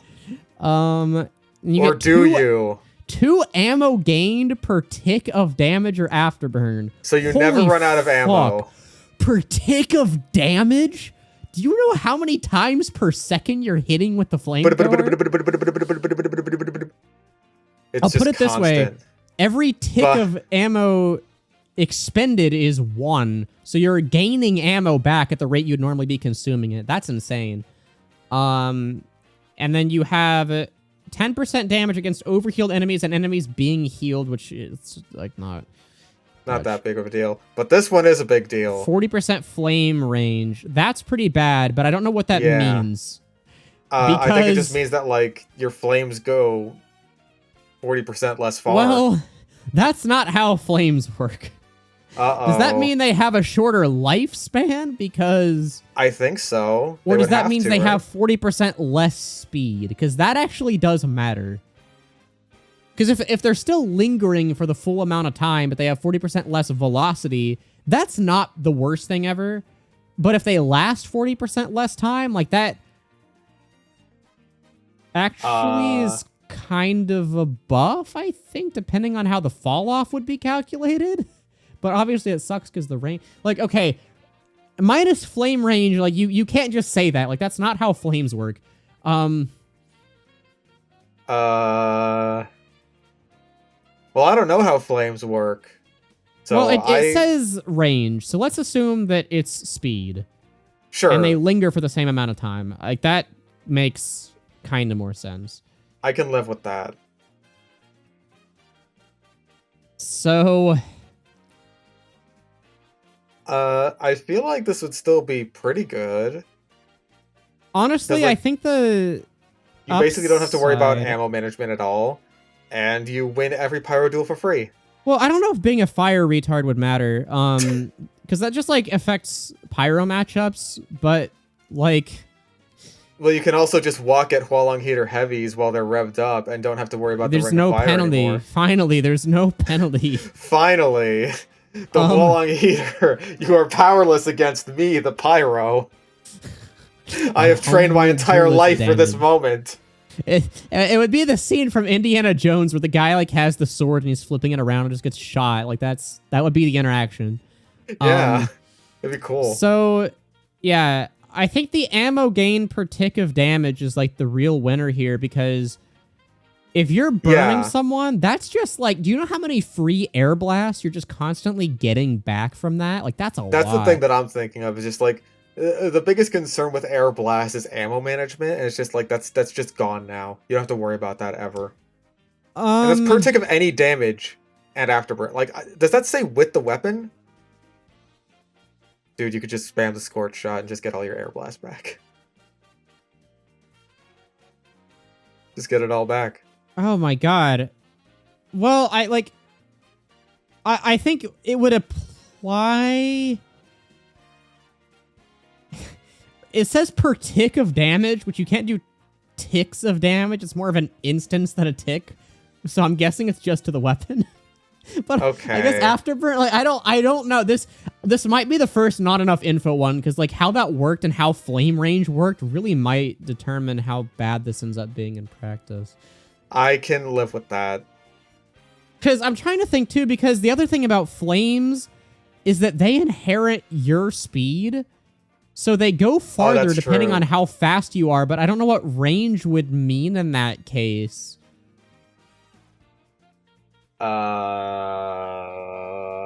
So this might be the first not enough info, because there's two stats here that, depending on how you interpret them, really would affect how good this would end up being.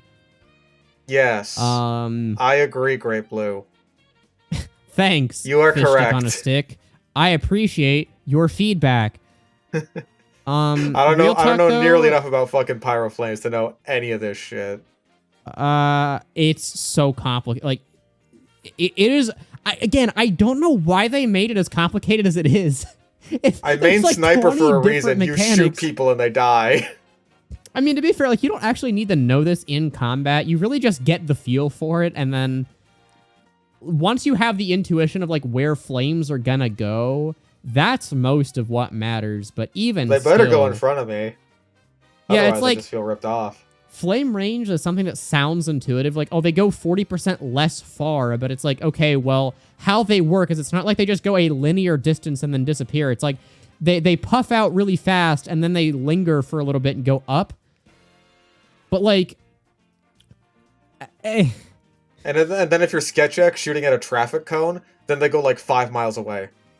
Oh yeah, because you, like, build up a bunch of speed with the detonator and, like, you get stuck in place, and then because all of your speed is inherited, even though you're not actually moving anywhere, the game thinks you have a lot of built-up velocity, so the flamethrower Oh, it's like inherits Super it. Mario 64. Yeah, basically you build up speed against the wall. You backwards long jump in a little corner, and then now all of your flames inherit the BLJ speed and go really far. Like, that literally is just how it works. You have to build up speed for 12 hours to go to the parallel universe where traffic cones make your flames go farther. Yeah, you send enemies to the parallel universe known as their spawn room, so... Okay, please tell me this isn't another Pyro one, bro. Pyro! I love Pyro. Oh, it's a Spy Revolver. Okay, this is a Revolver in which you get 30% cloak gained on backstab, but minus 20% cloak per discrete instance of damage taken. What the fuck did does you that call word me? mean? Does that just mean like chip damage? Or wait, but discrete instance, is that like damage taken while you're cloaked? No, just so imagine you get burned by a flamethrower 5 times. Because those are 5, each tick is an instance of damage. That is so dumb. So all of your cloak is reduced to atoms in less than half of a second. Jesus Christ. Oh no. Imagine using this with the Dead Ringer. It's gone. Oh no. Oh no. And then extra cloak on a backstab? Just use the big earner or the That's Latronger. one of the things that the big earner does. The other thing that the big earner does is way cooler. This is dog water. Holy. This would be one of the worst weapons in the entire game. Again, it's like, imagine you get hit by a Scorch Shot Flare, and then each tick of Afterburn, which is a discrete instance of damage, takes away 20% of your cloak. Jesus Christ. How did they think that was a Holy. reasonable number? It's randomly generated. No one thought this. Fuck you, computer. Why did you think this is reasonable? I hate you, Stop. computer. The basilisk fish. Well, you got your wish. There's a lot of dog water ones this time. Hell yeah. Okay, this is a Demo Man Secondary, which isn't a Skibbity Toilet Backpack. Oh my god, it's a sticky bomb launcher. So you get 15% damage versus buildings, but the healer is supposed to move at the user's move speed. Or I say supposed to as if it's their choice. They have to. I mean, that's not bad. You do lose like almost a full 20% speed, or I guess 10% is medic, 15%. While you're Ubered, I feel like that doesn't matter all that much because you're kind of just like hanging back behind your demo anyway, which I feel like this would mostly be used while you're Ubering because like you're going in to damage a bunch of buildings. 15% damage though is not that much. Like damage against buildings again with a sticky bomb launcher is already really high. Well, yeah, like how many stickies does it take to like destroy a level 3 sentry? Like 3? Because they don't do direct hit damage, that really depends. Well, I feel like this makes it depend a lot less. Like, fuck, that probably 1 taps mini sentries. I'm going to guess it 2 taps level 3 sentries in like most cases. Sticky bomb launcher does up to 144, but it doesn't do that because that's if you're clipping inside of the bomb, which you're not. Right, because they're like dependent on range for people. But buildings aren't affected by damage fall off. Wait, what the fuck? Stickies are another like really weird, overcomplicated one. Like they don't really have a base damage. I want to say that this is really good because like I use the quickie bomb launcher a lot, and like fully charging quickies just makes sentries like 2 taps. Okay. And I feel like this kind of reduces, like, it removes the need to fully charge your stickies to do that. It would, I'll put it this way, it would 2-tap buildings more often, but it's not a guarantee because what I'm seeing here is that if you detonate stickies while they're pretty close to a building, it does anywhere between 60 and 124. So, and 60 times 1.15 is like... Does that depend on whether the sticky is like primed 68. or not? If it's primed, it always does... What's weird? God damn it. No, the other weapon in the game is too convoluted. So honestly, like, I don't think this would make you 2-shot buildings that much more often, because chances are...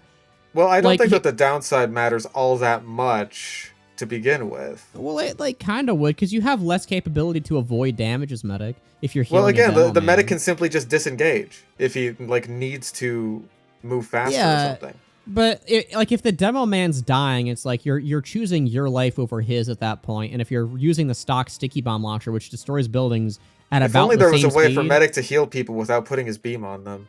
Well, you can crossbow him obviously, but again, like if you want the continuous regeneration, like honestly, I think this is like decent but middling. Like this is in my opinion, usually a downgrade over the sticky bomb launcher, but it's so close that I really don't think the downside is all that bad.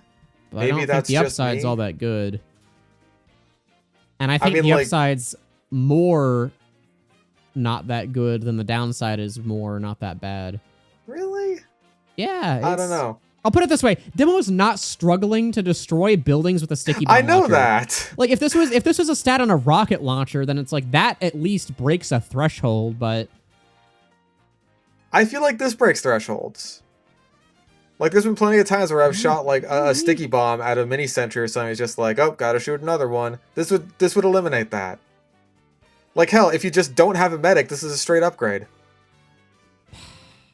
it's a sticky bomb launcher reskin. We're just putting it on par with best in slot. I don't care. I am fine with that. There's not enough stats here to think too hard about this. Like the downside's really situational, and the upside's really situational. Neither one really matter. So it's just a sticky bomb launcher, and 80% of the time you're using it. So okay. I'm fine with that. I can live with that. Yeah, the real, I guess, benefit is if this had a cooler model and firing sound. I think that's why people would use it, to be completely honest with you. Yes. All right, 33, a French. Replaces the Sentry with a Tesla coil. What the fuck does that mean? I think it means not enough info. You can't just drop that on us. With a Tesla coil? What did you mean? Are we creating Frankenstein here? What, like, are there other weapons in the game that do anything similar, like kind of the short circuit? But I'd want to know every possible stat on this before I judge it. How does this Tesla coil attack? Does it create Frankenstein? Does it like reanimate your teammates that are dead? Oh, that'd be sick. But it has the downside, it's alive! Minus 8 HP per second for 4 seconds when wet. Are you fucking for real? This is so stupid. Oh, the one would be losing his mind right now. It's the reverse Neon Annihilator. This is going in not enough info because the main draw would be the Tesla coil, maybe. I'd like to know what that means. That sounds like it could be cool. I like Tesla coils. You can't just say that and then not elaborate. Like, what the fuck is a Tesla coil? Well, I know what a Tesla coil is, but like in the context of Team Fortress 2. Replaces the Sentry gun with the Bringusonator. Oh, that's awesome. What is that? What does a Bringusonator do? We really need more game-breaking ones. Scout melee, hardy, taking damage, boost the user's speed. Taking fall damage. Boost the user's speed by 15% for 5 seconds, but... Oh my god, that's the best downside that possibly could have had. Well... But minus 50% moves you off deployed. That sucks. Well, hold on. That's passive, isn't it? Yeah. So you could just like take fall damage and give yourself a nice little boosty boost with any of your weapons out. Like you don't need to actually use this thing. You have to take fall damage and you get 5 seconds of a speed boost. That's 15%. Yeah. Oh, you could use this with the babyface. Because like if you're gonna like... How are you consistently taking fall damage with the babyface? Well, here's the thing. If you're going to take fall damage, because like you can't double jump, right? Yeah. With the babyface, otherwise you lose a shitload of your boost. So, if you're gonna lose a shitload of your boost by either taking fall damage or double jumping, then you may as well take the fall damage, get the speed boost, and then use that to get your boost back. Okay, you get 5 seconds of what's the old noodle there. 15 damage dealt with boost. Use the old noodle there. This is the most gimmicky of gimmick stats that has ever existed. Yes. And the downside means that melee combat sucks, but it's basically a stock bat in most cases. Honestly, I'm thinking average. Sure. I can live with that. I was gonna say like usable but weaker gimmicky, but like yeah, like in most situations, there's not really a downside to having it. Yeah, like you're not gonna be pulling out your stock bat in most situations anyway. Even then, I feel like with the minus 15% movement speed, you'd still be able to keep up with most classes to like bonkinate them to death. Yeah, sometimes you just break your knees and get a small boost, I guess, but like... Yeah, like in those situations where it's like you're using the Force of Nature and the Atomizer and the Winger at the same time, and like, oh, I've used all my jumps, time to take fall damage, then you get like a nice little boost on top of that. Okay, you wanna know what the really sad state of affairs is? Like, my brain immediately thought, wow, this would actually be pretty good in hide and seek, because you're taking fall damage a lot, and you get a boost to get away from people. There you go. But, like... What the saddest part is that this is probably still better than most of Scout's melees because they're so bad. So I would use this with the babyface in the contingency where I need to take fall damage. I would use it with the babyface. A scenario, I guess. Well, have fun with that one. If the fucking pocket pistol kept its you don't take fall damage anymore stat that it used to have back in the ye olde days, then like I just pair it up with the pocket pistol so I don't have to worry about like, oh, I can't double jump anymore. Darn, I guess I just either lose my health or I double jump and lose my boost, which it's just It was a fun stat to have. I wish they kept it on the Winger because that's a much more thematically appropriate weapon. Anyway, this one, nice. Medic Melee. Many crits overhealed enemies and enemies being healed and on hit 10% uber charge lost. Dog water. That's finally the reverse Uber Saw. Jesus Christ. The Uber Be Gone Saw. All right, that sucks. Sweet, merciful Christ. Do you need to defend yourself for the low cost of 10% Uber per hit? Would you like to turn every weapon in the game into the Thompson? But on yourself, not on the enemy. All right, this one, Engineer Primary. 1 ammo instantly reloaded into clip on hit. So it's basically the Widowmaker. Yeah, that's actually insane. That's insane. But it's okay. To be fair, it is reloaded, which means it does come out of the reserves, presumably. So which is fine, because you're engineer anyway. Who the fuck cares? On kill, health is set to victim's max health if higher than the user's current health decays over time. Okay, so it's not permanent like the one heavy one. No. It's not just a max health bonus. It's like overheal. As sick as that would be. Yeah. So, and then damage decreases down to 50% as the user becomes injured and inaccessible while capturing.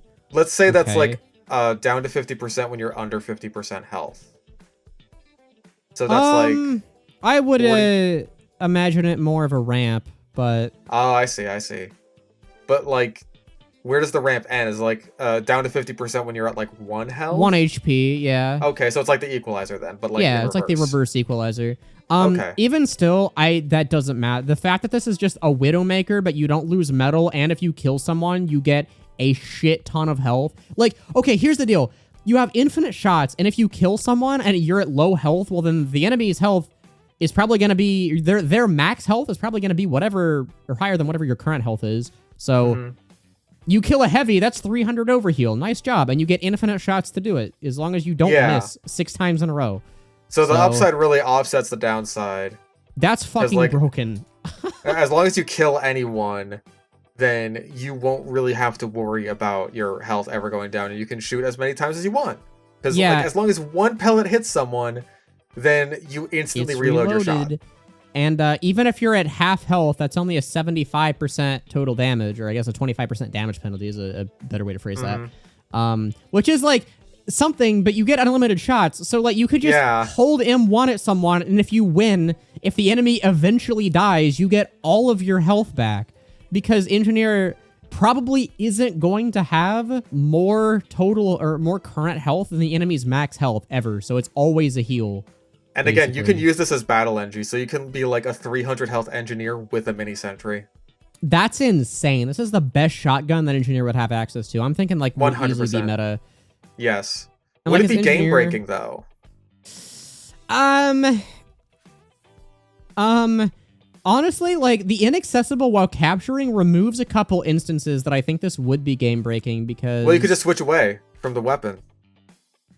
Yeah, but you can't shoot. Like, my thought is, again, like, you're just a permanently healthy and permanently damaging engineer. But if you needed to cap and help your team, then you would have to put that on pause for a bit. So I don't think you still get to keep the health, like, when you switch away from the shotgun. So you could just, like, oh my god, imagine running at people and doing, like, the gunslinger combo with this shit. They can't do anything about it. Oh my god, imagine this with a Kritzkrieg. Oh, dude. Oh my Oh my god. god. Because you're always going to be healthy because you're being healed by the medic. You always get more overheal than what you would get from like normal overheal from the medic because you're killing like heavies and shit. And you just never run out of ammo. So this is the Widowmaker, but like 10 times better. The Widowmaker, but also the Conniver's Kunai. So that's fair. Kill me. Woo. I don't think this would be game breaking simply because the amount of stuff you can't be running that's utility based on Engineer does at least factor in somewhat, I think. But now you are the sentry gun. Yeah, but like you don't always want to be the sentry gun. Like sometimes your sentry is more important than you are, depending on what the game state is as Engineer. I suppose. So I think this would be the meta. Like this would be usually the best one, but sometimes you would need. The thing is, this is very clearly an overpowered weapon. This is bullshit. I would hate fighting this thing. Yeah, Ooh, I do agree with that too, though, and this says not OP on the tier, so... Yeah, this is OP as fuck. Yeah, this would kind of... No, I agree with game breaking. The more I think about it, because, like, the only way that you're not getting value out of this is if you don't play Battle Engineer, but just, like, just play Battle Engineer. Or... Yeah. Build a sentry and then like you're a second sentry gun while your sentry also puts in work. Exactly. Like, yeah, that's game breaking. I agree. All right. Besides, we need more in that tier. Okay, well that's not a good reason. We need more. Okay. This one, weapon number 37, the heavy primary that gives you 10% move speed while deployed. While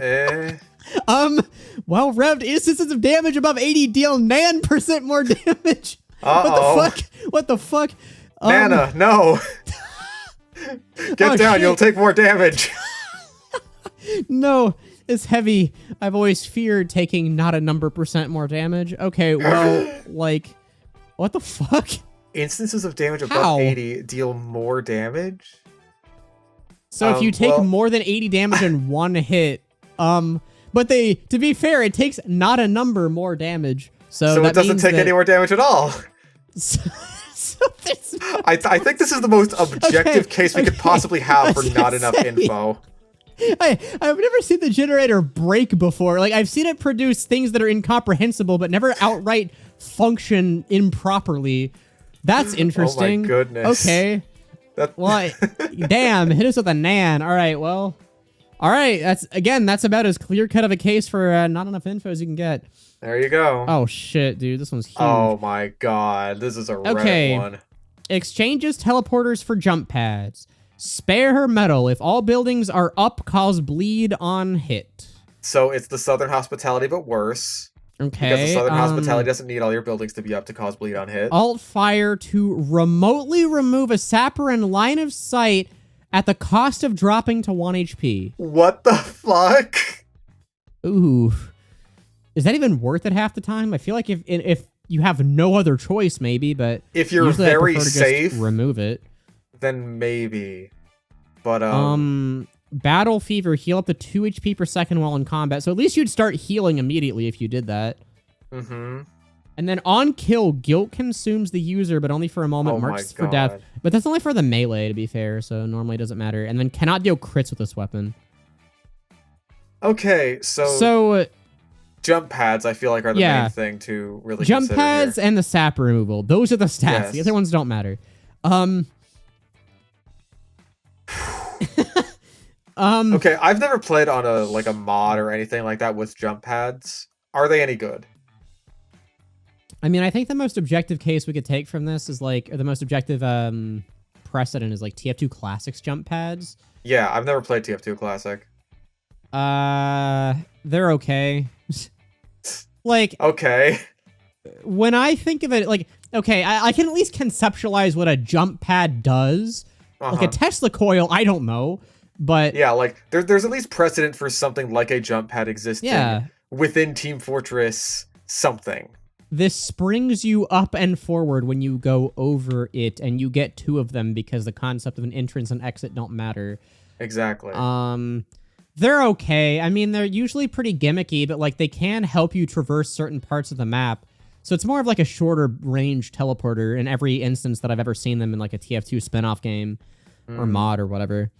There's probably a reason they were never added to like regular TF2 because teleporters just do the job better. Yeah, I mean, I'm going to be real. I think jump pads should be a thing because they're usually fun to play around with. Even if they're not strictly as good, they're fun, and that's what matters. Okay. But like, yeah, let's say you're playing on a section of a map where it's like there's a drop down for the enemy team and your team would benefit if you could get up them. Well, now instead of having to dedicate both an entrance and an exit to get past that, you put one jump pad and then you have another one to put somewhere else. And usually they like spring you forward pretty far too. So they like are kind of a speed boost based on how much air velocity they give you. So still situational, but like not useless. So I think like, again, I can conceptualize this a lot more than the Tesla coil to the point where I don't know if like not enough info is quite right. Because I think like no matter how you fudge the numbers, it's always like a more situational teleporter to the point where this is like the reason to use the weapon, but in most cases would be considered as a downside, I guess. Right. Okay, so the bleed on hit does not matter. No, bleed on hit doesn't matter. Remotely remove a sapper is pretty good, honestly. Is it though? Well, because if you don't kill the spy, then all you're doing is dropping yourself to 1 HP. And yeah, but like, you don't if you're not near the spy, then you're not killing him, which means he's still alive. Like you're basically it's so situational, I think, because you basically have to hope that the spy has sapped your sentry, he's now dead, but you can't get to your sentry in time, but you're also completely safe. So that way you can drop yourself to 1 HP and it doesn't matter afterwards. I don't know if I would look at this as a you have to hope sort of thing, because you can just decide not to do that. Well, sure, you can decide not to do it. I'm not saying that, but I'm saying like you would ideally be equipping this weapon for the sake of using this function. And I'm saying that this function I think you'd equip it for the jump pads, but yeah, the jump pads. But this is the other thing we're talking about, right? Like you have the option to save your sentry if you see it going down, if you but want. Can't get to it in time. But I think that, like, outside of the jump pad thing, like, this alt fire thing is so situational that I can basically never see myself using it. That's true, but it's always an option that's in your tool belt. And if you do encounter the situation in which you need it, then you have it. And otherwise, like, what are the downsides? Like, if you kill someone, you're marked for death for 3 seconds.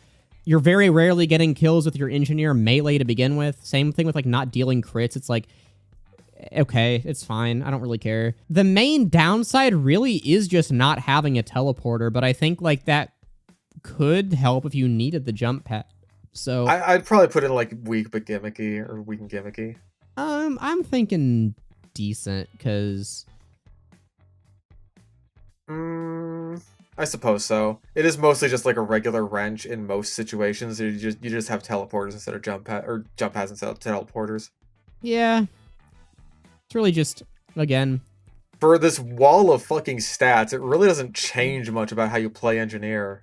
You've said a lot, but you have not said anything at all. Really, it's like the cow mangler of engineer wrenches. It pretty much would just be a stock wrench. But sometimes you can fuck spy, and sometimes all the time you don't get a teleporter. The alt fire is like the cow mangler super shot. Sometimes it'll be awesome, and sometimes it just gets you killed by a sniper. 39. Another flamethrower, brother. Jesus Christ. Pyro's eating good. Hey, my area of expertise, I won't complain. So, does not require ammo. Holy fuck. I've noticed that there's no... And a 15% damage bonus. What the actual fuck? You're insane. Computer, you're insane. I don't care about the basilisk. You're insane for creating this. Jarvis, what the fuck? On kill, the next attack received within 10 seconds is a guaranteed mini crit, which matters on Scout, but on Pyro, you can kind of get away with that. Mm-hmm. Especially because you can just reflect all the high damage attacks that would probably hit you. Yeah. And then 20% less damage dealt to targets who move faster than you, but that's canceled out by the damage bonus. Okay, fucking game breaking. I'm sorry. Doesn't require ammo. All right, you can here's spam the Pyro air blast strategy. as much as you want. Duct tape your mouse 2 down and you win. What the fuck? Wait. Okay, I have to ask, because I don't think that there's a flamethrower in the game with a damage bonus. Does that count for reflected projectiles? Because they are like your projectiles when you air blast them, right? Ooh, I don't know. I don't know either. Because I think what happens, and the reason that I know this is because it's why the direct hit has jank when you reflect it.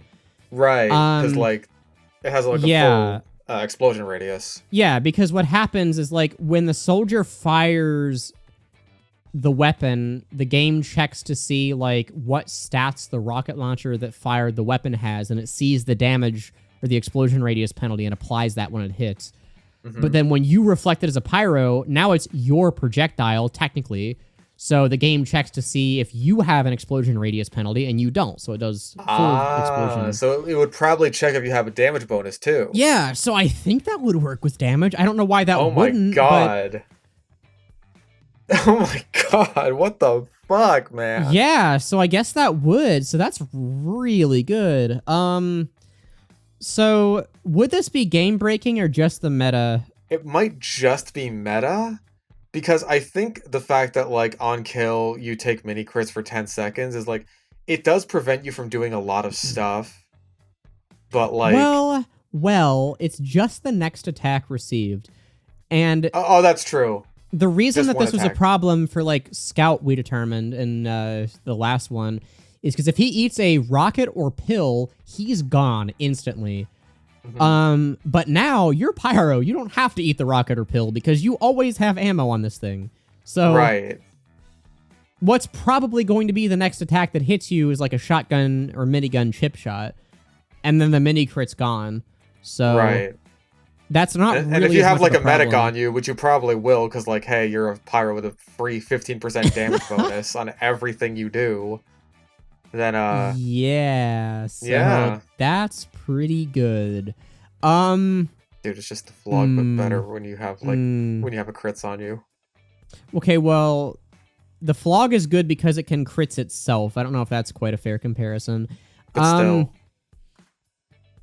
It's just the stock flamethrower, but better, basically. That is also true.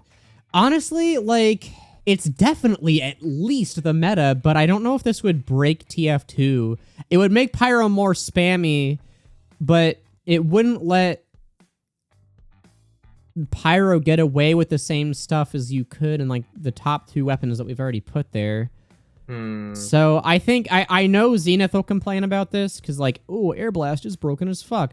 But chances are you're not going to need more than a couple air blasts per encounter if you're like actually reflecting shots anyway.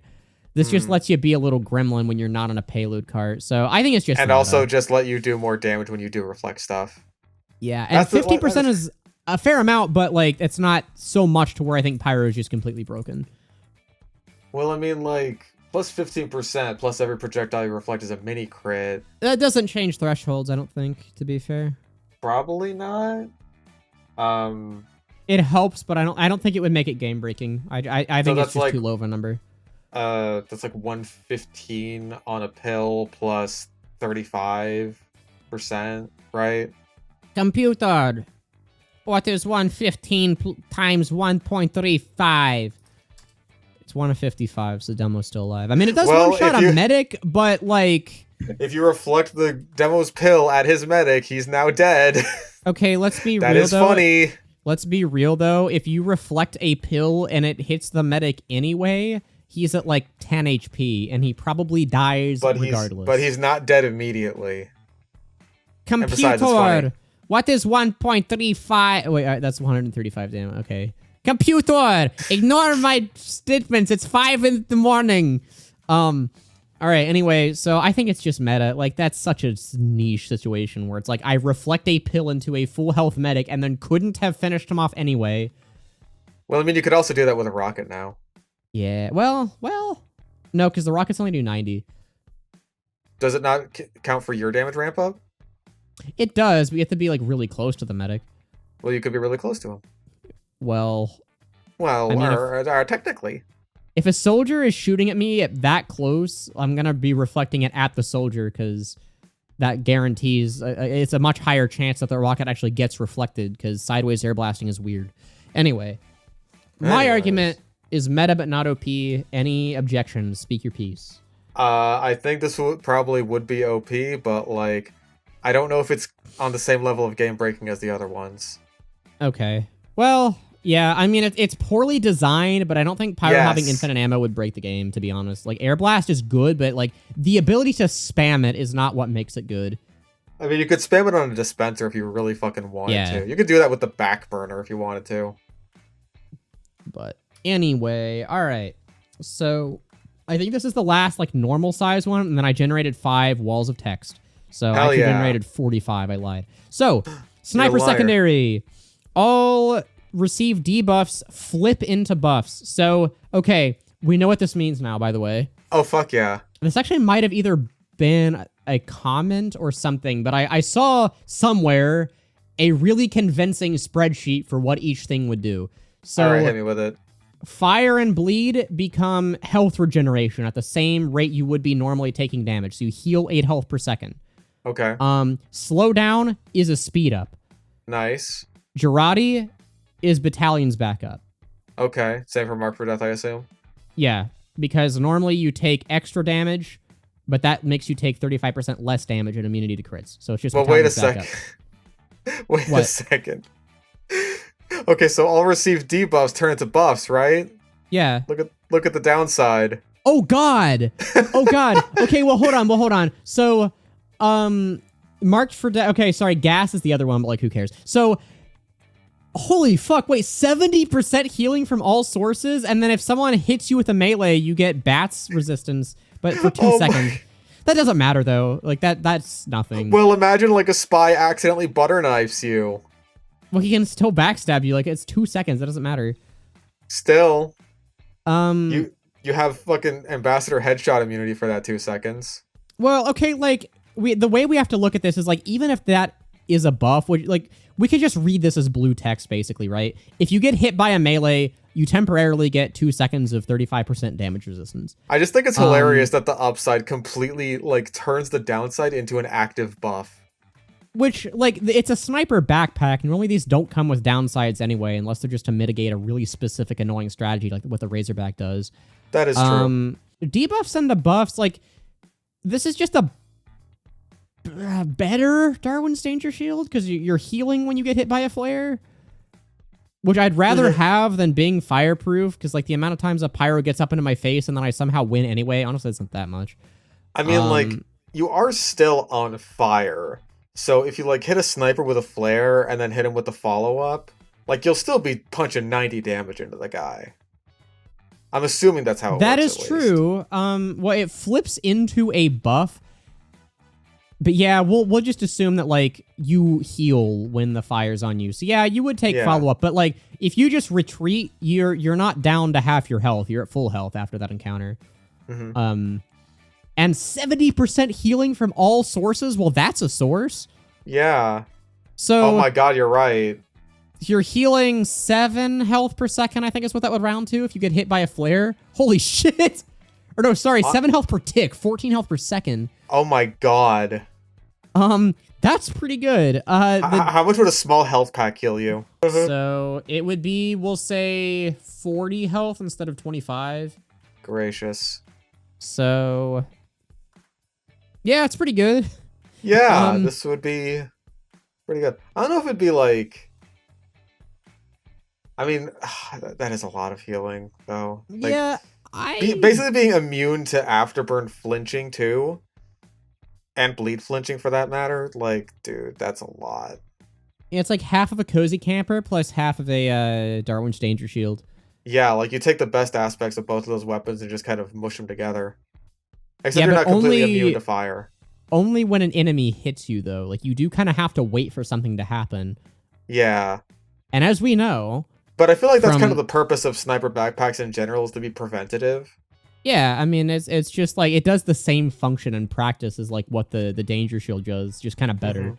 So, I'd argue this is even better designed than the Danger Shield, because, like, hey, a pyro can still kill the sniper.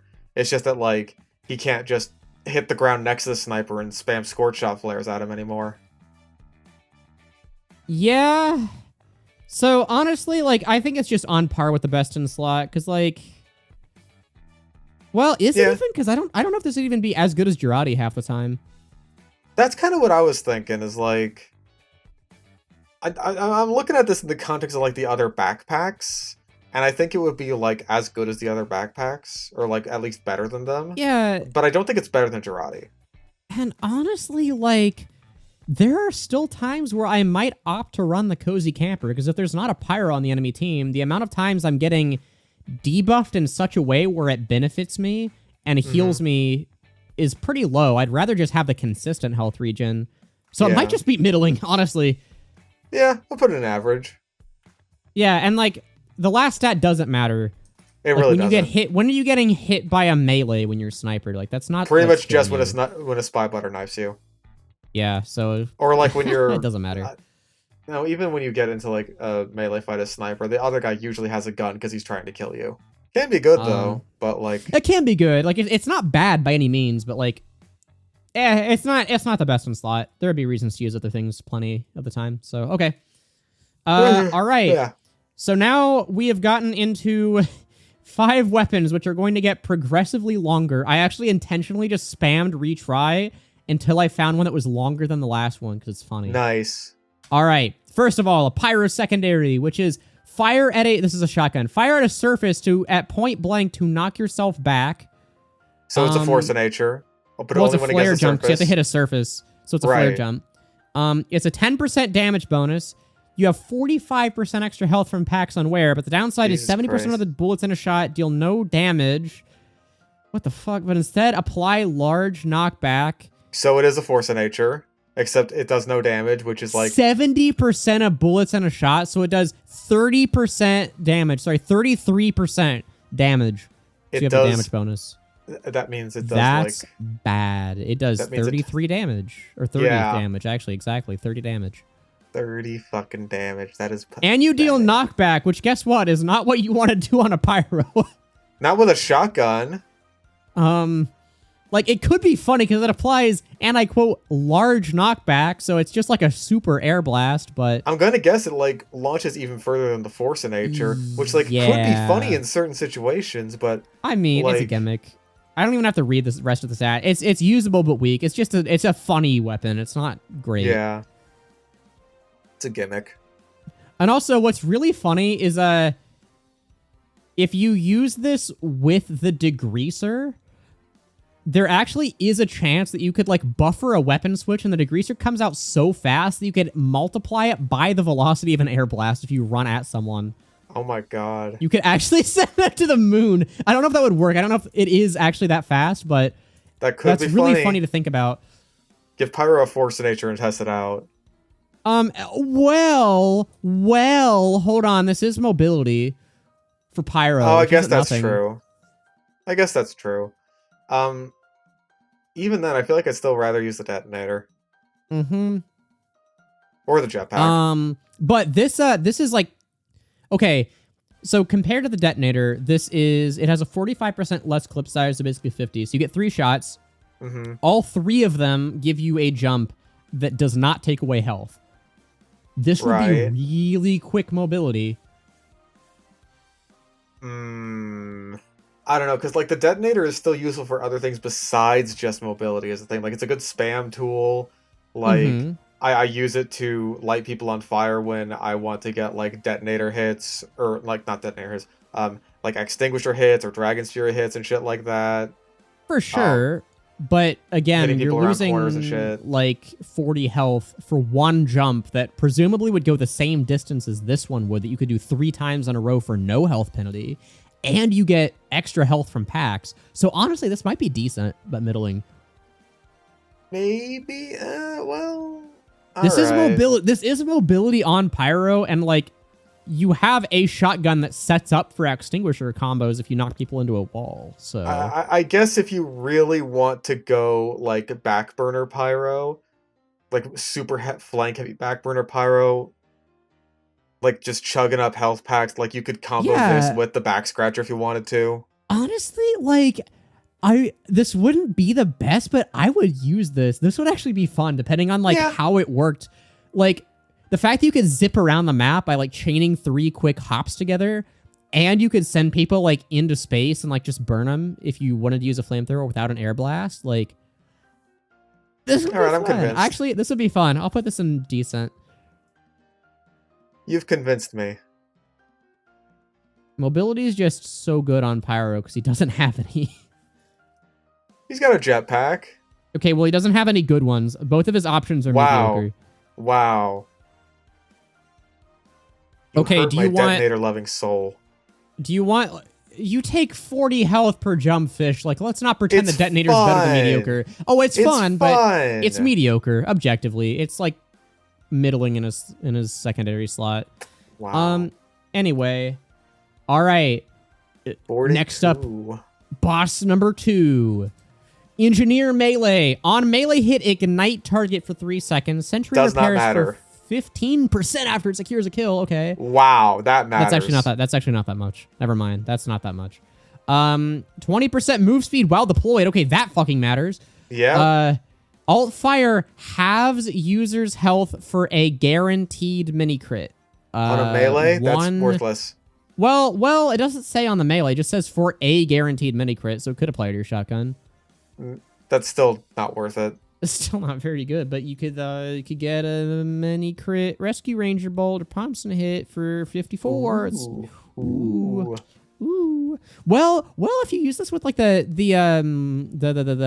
Widowmaker. But having your health though. Yeah, but you just get, okay, to be fair, you get a guaranteed mini crit that might not go away, to be fair.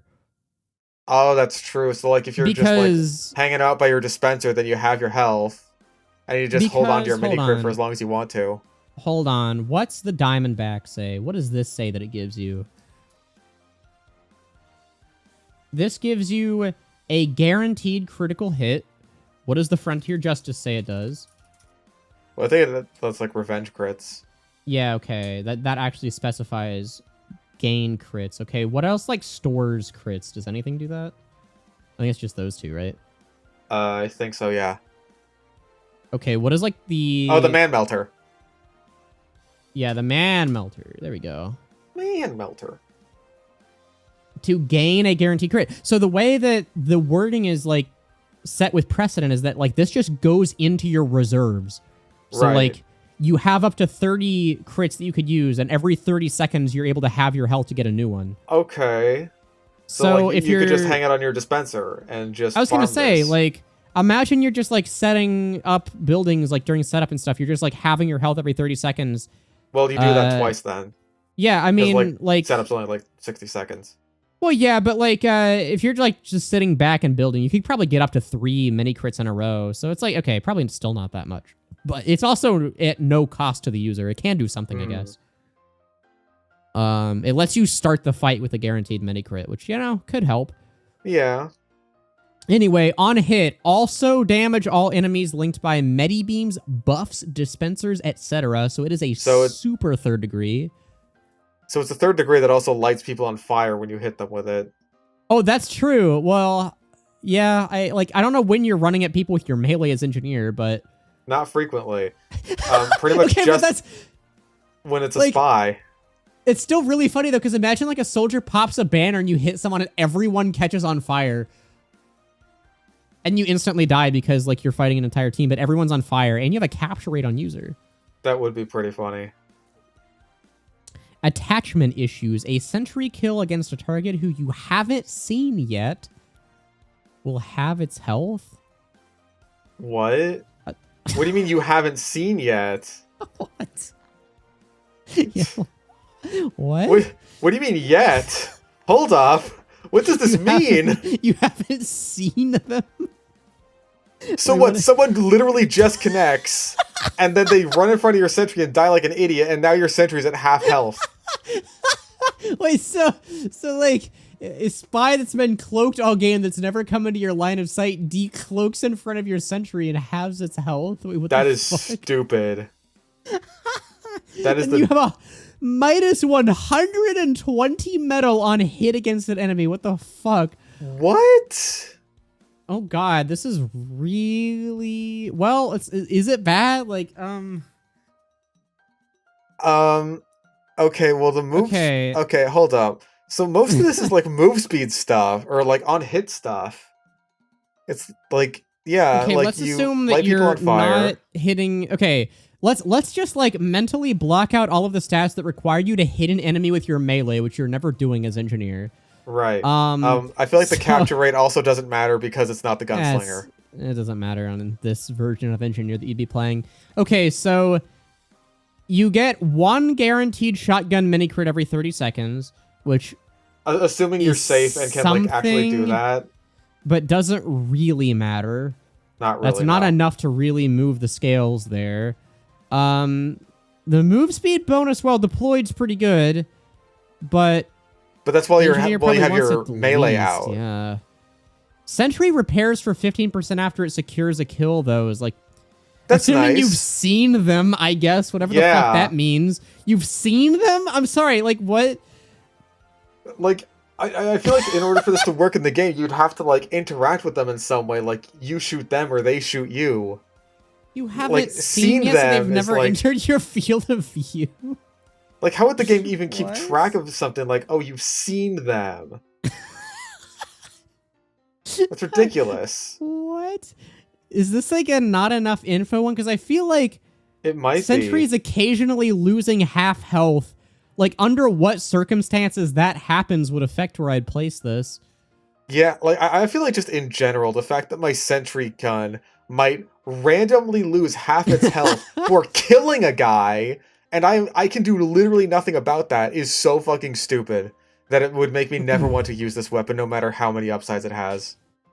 Yeah, like, I don't know what never seen them is. Yeah. Not to mention, like, like half of this fucking essay of a weapon description is, oh, look at all this stuff you could do when you melee hit an enemy, and you have, like, extra movement speed, so, well, while it's deployed, so you can, I don't know, run up to them faster and easier. And you lose 120 metal when you hit an melee enemy. hit someone. So fucking just stupid. don't melee hit anyone ever, basically. Yeah. So, I mean, where are we putting this? Like, is it not enough info? Like, I feel like it has to be just because of the stupid you've never seen this guy thing. yeah, like, what does that mean? Have they entered your line of sight? Have you physically shot them and interacted with them? Like, I don't know what that entails. Have And you when it's- perceived them?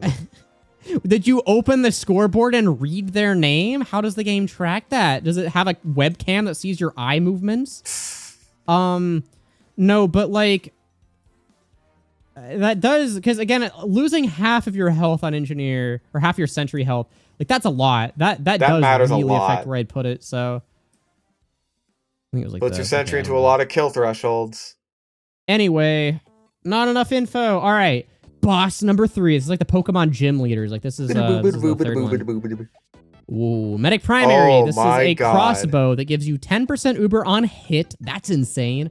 Yeah. Fire at the ground to perform a damageless blast jump as a medic. What the fuck? Damageless too. God damn.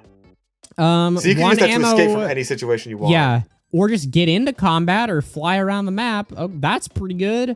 Who knows One what ammo else this instantly weapon reloaded does. on hit, which doesn't really matter on the crossbow, but should probably be reloaded by the time you hit someone anyway. Fuck it, All right? passive healing received can overheal, so dispensers and health packs and stuff. Wait. Whoa! Wait. That counts for Whoa! your fucking your self heal, doesn't it? Oh wait, no, that's non-passive. No, that's not. That is passive. Okay. 45% Uber charge, build rate for 15 seconds on a kill. Holy Oh my shit! God. This is better than the crossbow at this point. Yeah. You peg someone from across the map, and now you have almost 50% more Uber build rate on anything. Jesus Christ. And it has a faster firing speed, which literally doesn't matter because the crossbow has 1 ammo. Well, hold on. Now it does matter because if you hit someone, then it instantly reloads. Yeah, kind of. Like, but you're without ammo until it connects, to be fair. So you This is can't fire in the irrelevant. meantime. Irrelevant. Okay, taking instances of damage greater than 75 and sight bleed for 4 seconds. So if you get, like, rocketed, then you take 16 more damage. Bleed. Bleed. Or no, sorry, it would be 32 more damage. On Whoa. headshot, if they survive, enemy gains mini crits. So just don't headshot them. I guess not, huh? But I mean, this will probably work with like Huntsman hitbox rules. So, But fish stick on a stick. what? This says on headshot, which Oh my implies that this can headshot because it doesn't have the stat Wait. the crossbow doesn't. Oh my god. And It although can deal we've been critical headshots. although Oh my we've been fucking God. taking although we've been taking crossbow precedent as saying that it can't, this specifies that it can. Oh What my the God. fuck? It can And headshot. then move speed while active decreases as the user becomes injured. Okay, just put it away. This is game breaking. 100%. This would 'cause destroy the game. This allows the medic to almost basically insta-kill someone on headshot. Yes. You can rocket jump. You can if I you forgot kill about someone, that. That was so long yeah, ago. I forgot you could rocket you jump. gain 10% Uber on hit per hit. You get extra Uber charge build rate for 15 seconds if you get a kill. This gives you insane Uber, insane mobility, and insane damage as medic. This As is long as you game-breaking. don't take damage, you're good. And it's like, even if you do, it's like the amount of extra damage you take is slightly offset by your natural regeneration. That's OP. Not That's to fucking mention, broken. Like, even your move speed, your decreased move speed doesn't matter because you could just rocket jump away. Well, and you just put it away. Like, if that's the case, just hold your medigun or something. Yeah, just rocket jump away and then hold your medigun so you don't deal with it and you get a rocket jump. That's insane. All right. Cool. All right, next gym leader. That was 43. Okay, well, I guess the next one's 45. Well, it's more like the Hold Elite on. Four. No, because there's more than 4. But there's also the champion. Okay, but hold on. 45 is have- the champion. This is our There's Cynthia. 2 champions. Okay, there's the champion and then red. I missed number. Okay. To renumber them. Hold on. Which game was it that you fought red at the end? been a Gold, while. silver, crystal, heart, gold, soul, silver. Okay, I thought that was like diamonds. The Gen 4, but I guess not. No. Do you fight red in Gen 4? No, I guess you don't. You do not know. You do fight Cynthia Okay. at the end of Gen 5. All She's right, just chilling out in let's the house. see. Elite Gym number 4. Whatever that sentence was. Soldier melee. On hit, insta switch and deploy for all weapons for 2 seconds, which doesn't matter because it's a soldier melee. But Yeah, that's the problem is like you would have to actually hit someone with your melee.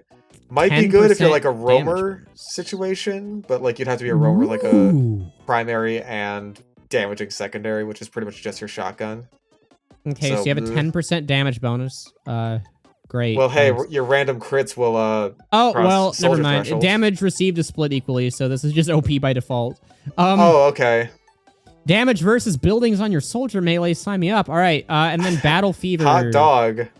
I mean, it's just passive health regen when you get hit, too. Like, that's not bad. 5 HP per second while in combat. It's not nothing. Yeah. You can't pull out your melee while capturing, which might be weird in Source if you are running 2 second or like a primary and a secondary that both take ammo and you are out of ammo. Yeah, that would be weird. Like, it would pretty much have to prevent you from switching at all. Being killed with this active fully heals the killer. I'm gonna be honest, I don't think any other stat matters except for the busted one. The damage is split. Yep. I mean, Yep. unless the damage vulnerability went out of combat, Oh, that could move the scales actually. So Yeah. That's basically mini crits, except without Yeah. the damage fall off. So on Soldier, you would have 300 total overheal. So in order to kill both of you, they'd have to deal 600 damage in one hit. What can do close to that? Like just a 600 Machina damage? headshot, basically. More or less. So actually, hold on. What about like a Yeah. normal? No, that's 33%, so you're safe. Okay, so a Machina headshot would, a normal headshot wouldn't. Okay, so it's really not that bad. It's still just like you just can't die if you're being pocketed. Everything else doesn't really matter. As if that wasn't fucking easy enough as bro, pair this with conch box. Yeah, I mean, healing received is below 50%, health is half. Like, that's not nothing, but The fact that you can't die while you're getting healed, unless your medic dies. yeah. I mean, both of you have to die in one shot. It's Right. more the fact that your medic can't die while you're getting healed. Right, and you both have Like, to die if- at the same time. Yeah, if your medic gets quickscope headshot, then both of you take 75 damage. That's it. And you're just like, ouch, youch. Ouch! Youch! So, yeah, pretty good. I think that's, I think just that stat I think this is alone alright. Like, way too game-breaking. Anytime it goes on anything, we have to immediately stick it in game-breaking, because it's just that like... stat, honestly, might need to be, like, retuned for the generator to be a little bit more interesting, because it kind of just, like, immediately elevates any weapon that it's on to insanely broken. Yes. Alright, this is the champion. Ooh. Oh, it's another guitar. Oh, dear sweet merciful Christ. So this is a Demo Man guitar backpack. Overheal doesn't decay. 20% more healing from all sources. Immunity to movement and pairing effects. Sweet Heal Christ. up to HP per second while out of combat. Holy shit. Oh my minus God. 40% damage to self with all weapons. Oh my God. Only matters with the grenade launcher, because... Well, hey, cannon jumping. That's cannon jumping got a lot better. Nearby teammates receive 15% extra move speed. What the fuck? Damage received is split equally. Yay. Oh my God. Yeah, so, and then a small blast is created whenever the user is ignited. Okay, so like a little explosion is created around you that probably damages on you ignite. And all of your nearby teammates, which doesn't matter because you're a fucking bard around them. Below 50% health is halved, which might matter, but... You will never be below 50% health with this thing. Well, maybe. You have 20% healing on all sources and your overheal doesn't decay. Yeah. And you heal passively. Less health from packs, but that's offset from all sources. And then healing is received by 50% while recently in combat. Well, that's something. I mean, this is another one that's frustrating because it's like, even if the healing is low, the fact that like you can be pocketed and your medic can't die is like really good. Yep. All right, well, not much of a discussion, unfortunately, and a game breaking. Bard demo wins this one. I mean, okay, like, let's say other things about it. Giving your fucking teammates a speed boost just by being near them is ridiculous. It's only 15%, but I guess, yeah, that's pretty good. That just helps your entire team roll out. It's like Lucio from Overwatch. Yeah, you're a bard, I'm telling you, man. Okay, that's the only other stat that's interesting. Yep. All right, into heaven you go. All right, are you ready to fight Red? This is the actual last one. I'm ready. I'm so ready. It's a Pyro Weapon. Let's go. No! Okay, so it deals mini crits versus burning players, and it's a flare gun. All right. Massive knockback on target at close range. Ooh. Massive. While active, 90% knockback from all sources while capturing points or the cart. While it's active. That's a really specific... Yeah, okay? Wow. That is a very specific stat. And it's only like minus 90%, not even like knockback immunity from all sources. But it gets guaranteed mini crits while you're capturing points or the cart. But that's, I think, only this weapon, because it doesn't say on where. 10% faster move speed on wear, though. That's decent. That's good. That's good. 25% after burn duration. That's pretty good. Also good for a spam weapon. Overheal decays 70% faster. Like, that's whatever. Well, could that be an upside? Not really. Well, for the same reason that like the back scratcher downside can be an upside for like Uber building. Well, you're not really building. You can build Uber more frequently, but you're not building it faster. All right. There are better ways to do that on Pyro, I'll put it that way. 25% less damage versus burning players. Okay, so it cancels out the mini crits, so you just deal normal flare damage. That's stupid. And then 25% damage vulnerability from airborne enemies, which... Don't get bombed. Nothing. Don't get market gardened. You'll extra insta-die. Cool. Well, this sucks. It's a lot of stats that all comes out to kind of nothing. Damn, Red, you're kind of washed. Yeah, so... Yeah, I like the Demo Man Bard better. While active, less knockback from all sources while you're capturing the point. What does this do? Well, you're holding out a flare gun that doesn't even, like... That only deals mini crits versus burning enemies, which aren't even, like, good. Because you have a damage penalty against burning players? Okay. It's so dumb. Well, like, pretty much everything, you need this while holding it out, which is dumb, except for the movement speed, I guess, which is nice, but just use the power jack. Yeah, 10%'s not enough for me to even think about this. Honestly, like, the only thing I would use this for is the knockback because funny. This is once again, like, another weapon where there's so many stats, and yet it all comes down to just kind of nothing. Yeah, this is pretty bad. Honestly, I'm thinking, like, decent because the move speed bonus is at least something. It's like it's just a flare. It's a flare gun that gives you a move speed bonus and that's it. Afterburn duration, I guess. That's something. If you want it. It's decent, but not really that good. All right, well, ending off with a fizzle. But I don't have to resize the meta tier, so let's go. There we go. All right, well, there you have it. This one has primaries, secondaries, and melees. So I don't know what happened with the last one. I think the generator broke because there is a setting where you can only set it to generate primaries, but I know I didn't have that on. So I didn't realize it was set to that. Yeah, well, it wasn't when I was generating it last time because I made sure to make sure all the settings were zeroed. Well, I guess out. I just didn't realize we were getting nothing but primaries. Yeah, I didn't notice either until I got comments about it. I'm like, wow, I guess that is the case. But this is a lot more balanced of a tier list. It's not just like the good tier is really dense. Yeah. But yeah, no, I like the new stats that were added to it overall. I think there were some interesting ones in there. Yeah. Yeah. All right, I'm losing my mind. I gotta go to bed. Fish. Yeah, it's like, what, almost 6 a.m. for you? Jesus Christ, dude. It's pretty late, yeah. Anyway, thanks for watching. Yeah, if you like weapon generators, which people clearly do, we'll do another one of these, maybe on a different generator instead. Maybe not in the middle of the night, too.